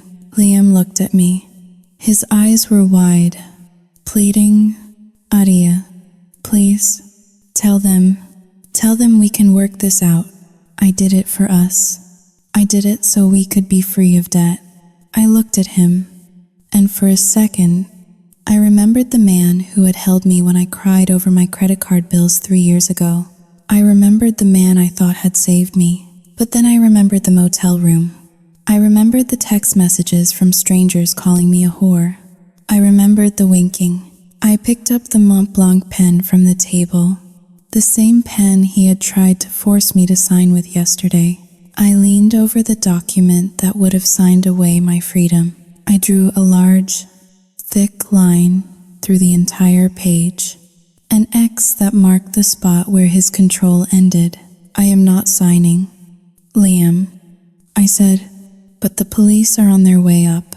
You might want to save your voice for them. As if on Qui, the heavy oak doors opened again. The receptionist stood there, looking pale. Mr. Vance, she said, there are 2 detectives here to see you. They say it is regarding an embezzlement investigation. Liam let out a sob, burying his face in his hands. I turned to Ben. He looked at me, and for the first time in 2 days, he smiled. It was a sad smile, but it was real. We did it, he mouthed. I nodded. I turned and walked toward the door, past the sobbing mother, past the stunned father, past the broken man who had tried to bury me. I walked out of the conference room and into the hallway. I did not look back. The air in the hallway was cool and sterile. I took a deep breath, filling my lungs. It was over. The trap had snapped, but I was not the one caught inside. The lobby of the Halloway and Oates building was a cavern of glass and polished steel, designed to intimidate anyone who could not afford the billing rates of the lawyers upstairs. But as I stood near the revolving doors, Watching the scene unfold, the intimidation factor had vanished. It was replaced by the chaotic, a flashing spectacle of a high society downfall. 2 uniformed officers escorted Liam out of the elevator.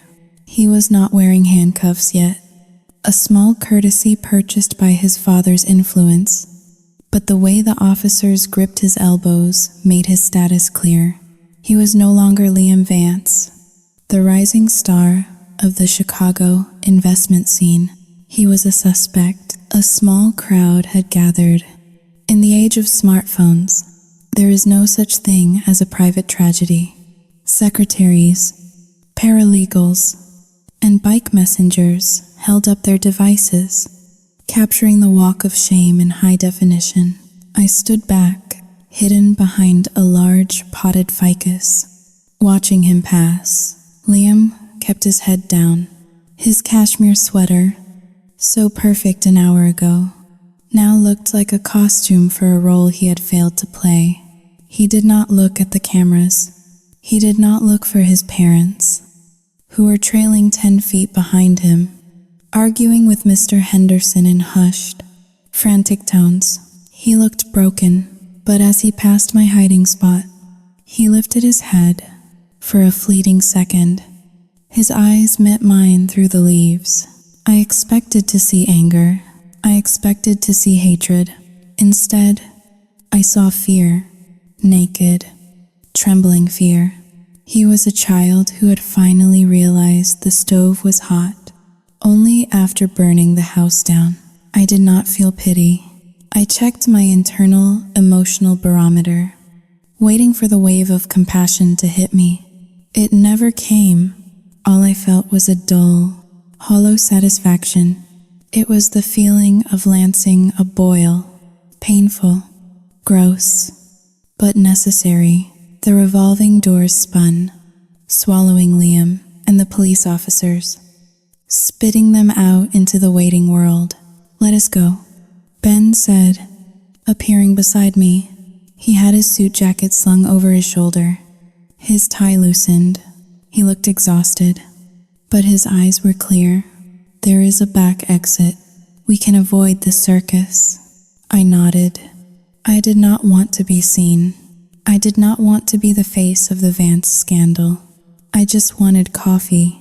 By the time we sat down in a booth at a diner 3 blocks away, the internet had already done its work. News travels fast, but bad news travels at the speed of light. I placed my burner phone on the table. It was buzzing again, but this time, the rhythm was different.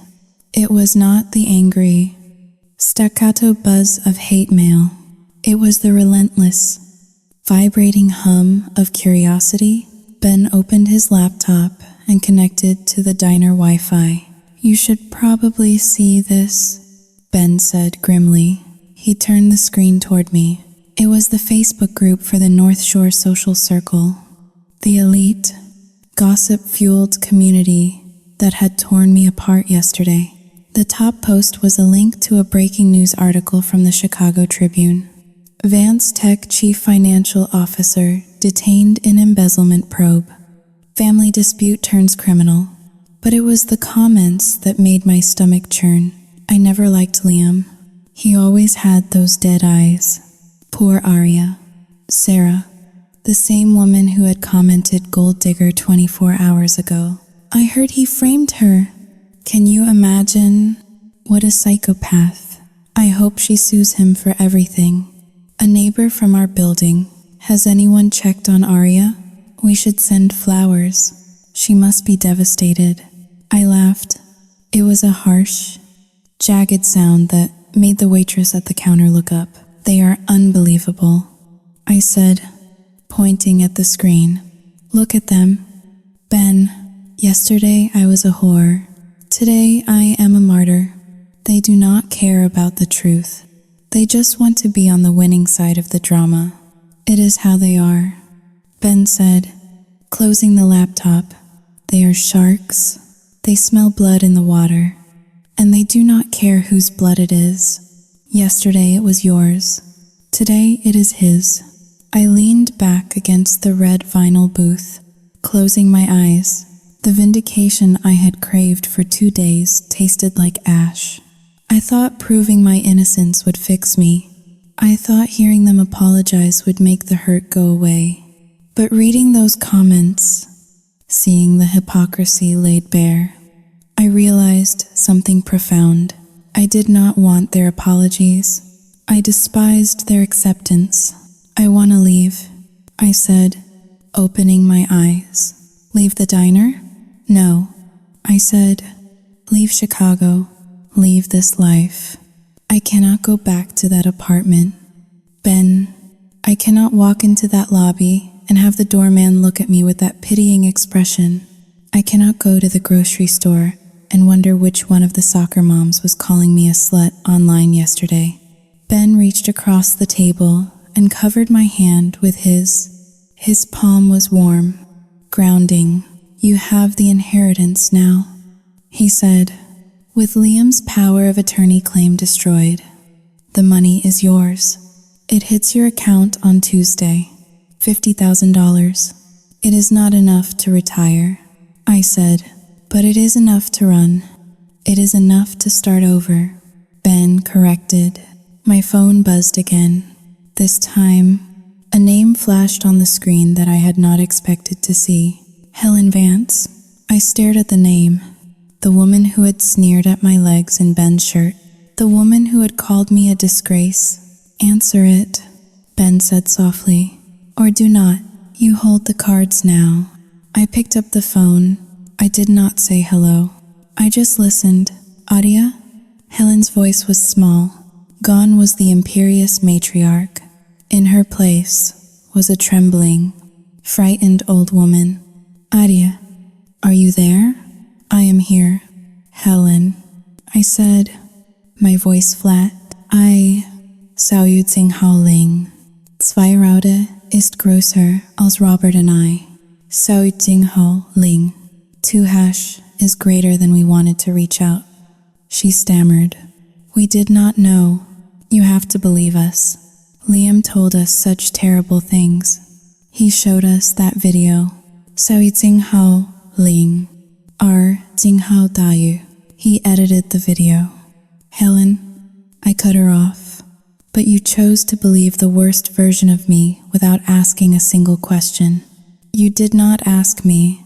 You just condemned me. We were hurt, she pleaded. We thought, Jing Hao Ling. Jing Hao Dayu.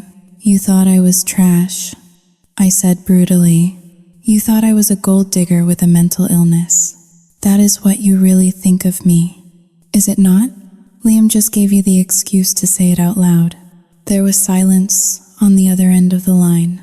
She did not deny it. We want to make it right. Helen said finally, we want you to come to the house. We can issue a joint statement. To clear your name properly, it would look good for the family if we stood together. I gripped the phone tighter. Even now, even in the depths of their humiliation, it was about appearances. It would look good for the family. Not we are sorry, not we love you, just public relations, damage control. No, I said, Adia, please. The press is camping on our lawn. We need a united front. You do not have a united front. Helen, I said, you have a son in a jail cell and another son you tried to disown. You are on your own. But the wedding? Saoyutsing Haoling. 2 hash is greater than, she whispered. People are asking about the deposits. I laughed again. And this time, there was genuine humor in it. The absurdity was delicious. Cancel it. I said, tell them the bride ran away. Tell them she was unstable. Tell them whatever you want. I do not care anymore. I hung up. I looked at Ben. He was watching me with a mixture of awe and concern. You were hard on her, he said. She deserved it. I replied. I took a sip of the lukewarm coffee. For the first time in 48 hours, The knot in my chest loosened. The fallout was nuclear. The Vance family name was Mud. Liam was facing 10 to 15 years in prison for embezzlement and fraud. His parents were social pariahs. And me? I was the woman who survived. I pulled up the banking app on my phone. My balance was currently $300. But on Tuesday, it would change. I am going to get an apartment. I told Ben, a studio, something small, something that is mine. And I am going to buy a new phone. Ben smiled. I can help you move. I looked at him. He was a good man. He was everything Liam pretended to be. He was kind, honest, and loyal. In a romantic comedy, this would be the moment I realized he was the one. We would kiss in the diner booth, and the credits would roll, but this was not a romance. This was a thriller, and in a thriller, the survivor does not jump from one boat to another. She learns to swim. I appreciate that. Ben, I said carefully, but I think I need to do this alone. Ben's smile faltered slightly, but he nodded. He understood. I need to figure out who Arya is when she is not trying to please anyone. I explained. I have spent my whole life trying to be the perfect daughter, the perfect girlfriend, the perfect fiancé. Look where it got me. It got you framed. Ben agreed. Exactly. So now, I am going to be something else. What is that? I looked out the window at the gray Chicago street. People were rushing by, heads down against the wind. None of them knew my name. None of them knew my story. It was a beautiful, anonymous freedom. I am going to be difficult.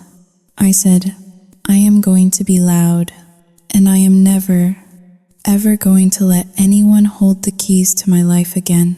The notification from the bank arrived on Tuesday morning at 9 o'clock sharp.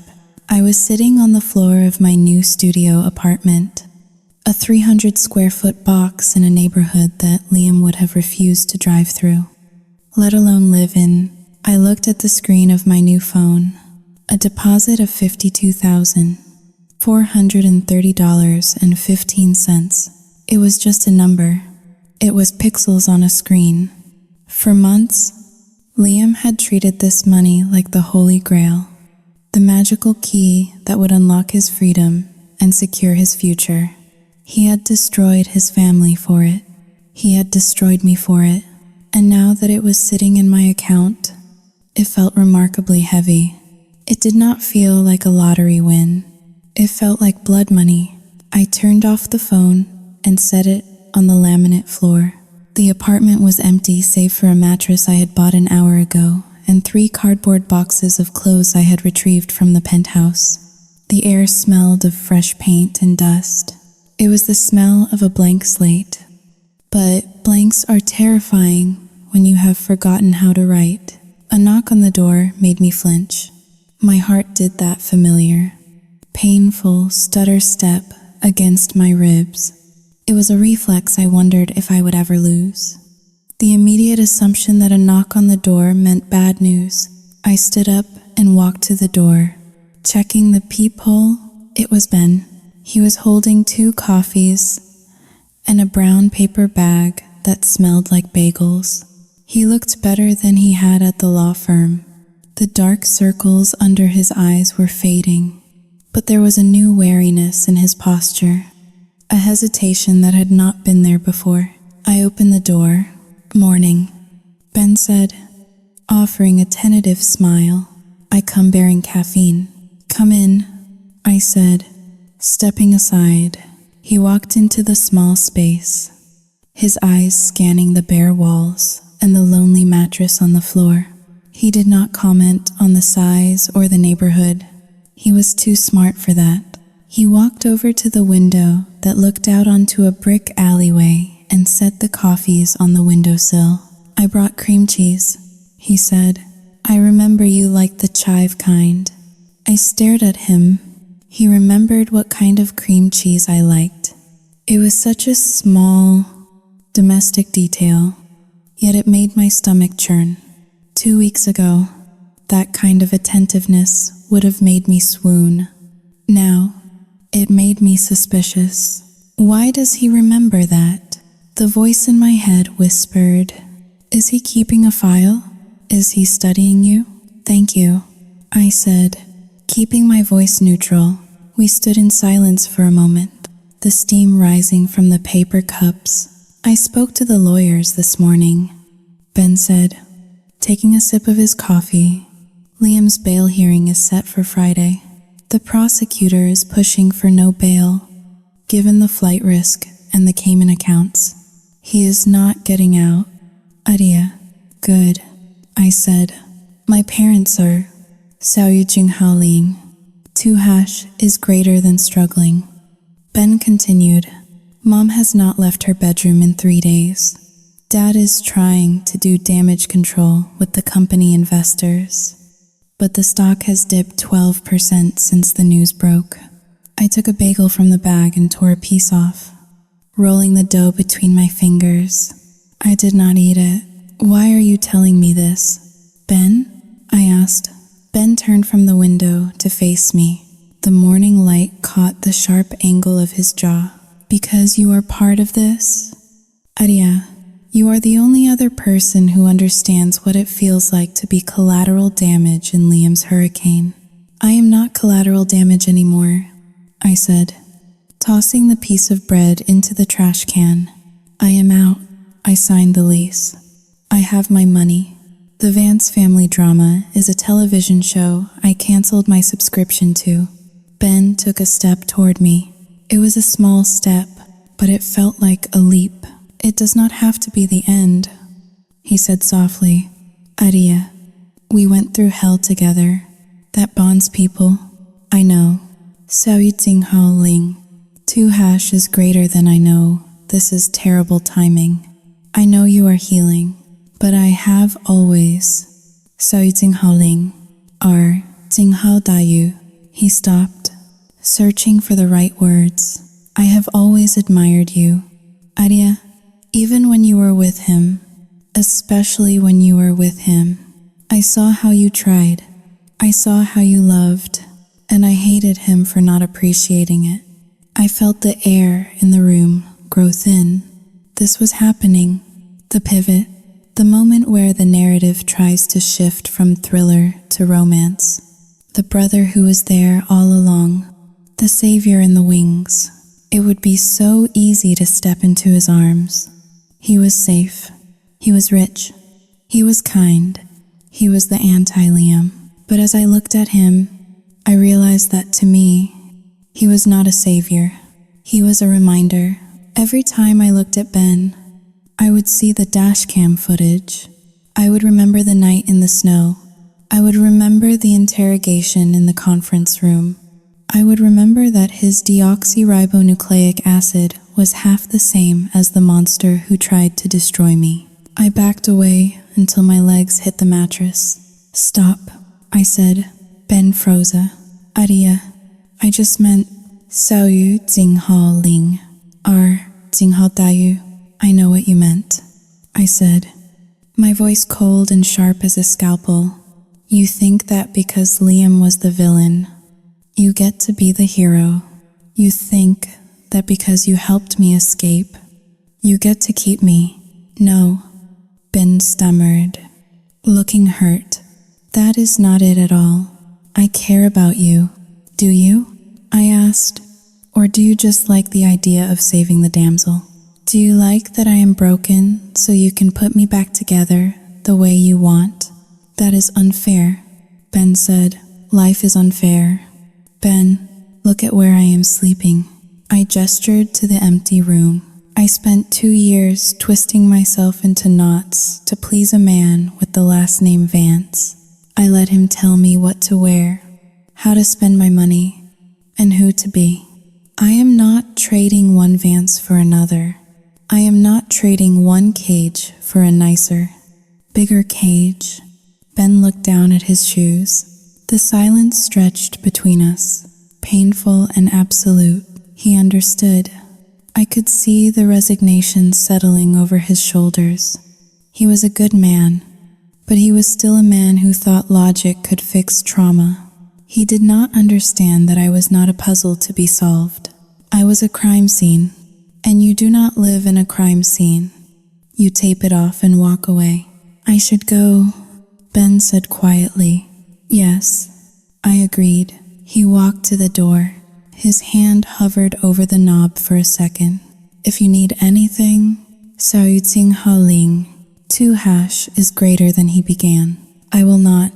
I cut him off. He nodded, opened the door, and stepped out into the hallway. He closed the door gently, with a soft click that sounded like the final period at the end of a long, run-on sentence. I locked the deadbolt. Then I slid the chain lock into place. I was alone. I slid down the wall until I was sitting on the floor again. I pulled the coffee cup toward me and took a sip. It was lukewarm, but the sugar hit my bloodstream, giving me a small jolt of energy. I looked around the empty apartment. I had won. Liam was in jail. My name was cleared. I had $50,000 in the bank, but inside, I felt hollowed out.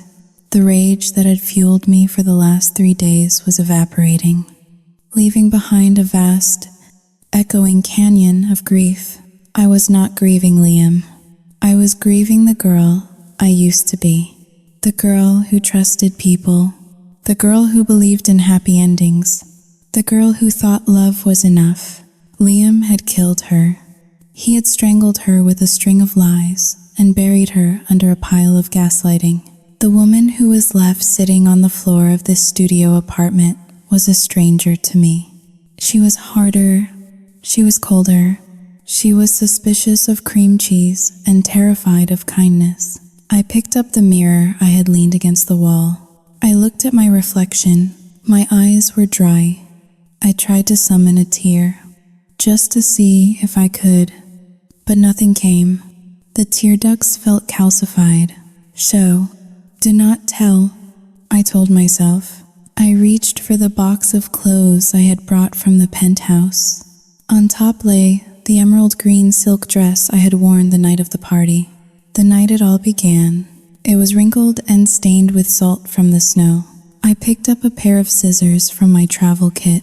I did not rip the dress in a fit of passion. I did not scream.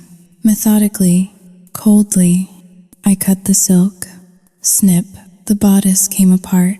Snip, the skirt fell into ribbons. Snip, the emerald fabric turned into a pile of expensive, useless scraps. I swept the pieces into a garbage bag and tied a knot at the top. I stood up and walked to the window, looking out at the brick wall. A single pigeon sat on the ledge, fluffing its feathers against the cold. I am not happy, I thought, but I am safe. And for now, for this version of Arya, that would have to be enough. The gavel hit the wood block with a sound that was surprisingly dull. It was not the thunderclap I had expected from movies. It was just a hollow thud, like a book falling off a shelf. 15 years. That was the sentence. 10 for the embezzlement. 5 for the fraud. To be served consecutively. I sat in the back row of the courtroom, wearing a simple beige trench coat and sunglasses I did not take off. I watched the bailiff pull Liam's hands behind his back. He did not look like the king of Chicago anymore. He looked like a man who had been shrinking for 6 months. His suit was too big for his shoulders. His hair was thinning. He turned his head before they led him away. He scanned the gallery, desperate for a friendly face. His eyes skipped over his parents, who sat in the front row, stoic and gray. His eyes found me. He opened his mouth to say something. Maybe I am sorry. Maybe I love you. Maybe help me. But the bailiff pushed him forward, and the heavy oak door swallowed him whole. I stood up. I did not wait for the judge to dismiss us.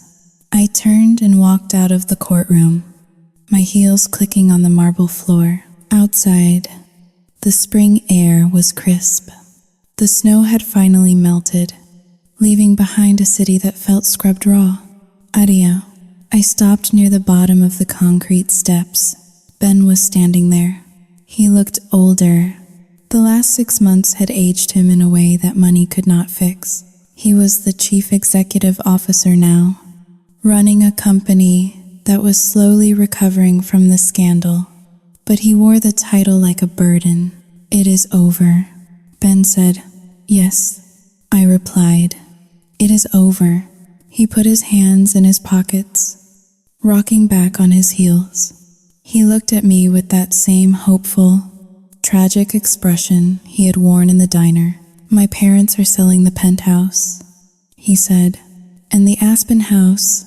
They want to start a foundation in Liam's name. Something about gambling addiction, awareness, trying to spin the narrative until the end. That sounds like them," I said. "Adia." Ben took a step closer. "Now that this is done, Sao Yu Jing Haoling. 2 hash is greater than maybe we could. Sao Yu Jing Hao Ling.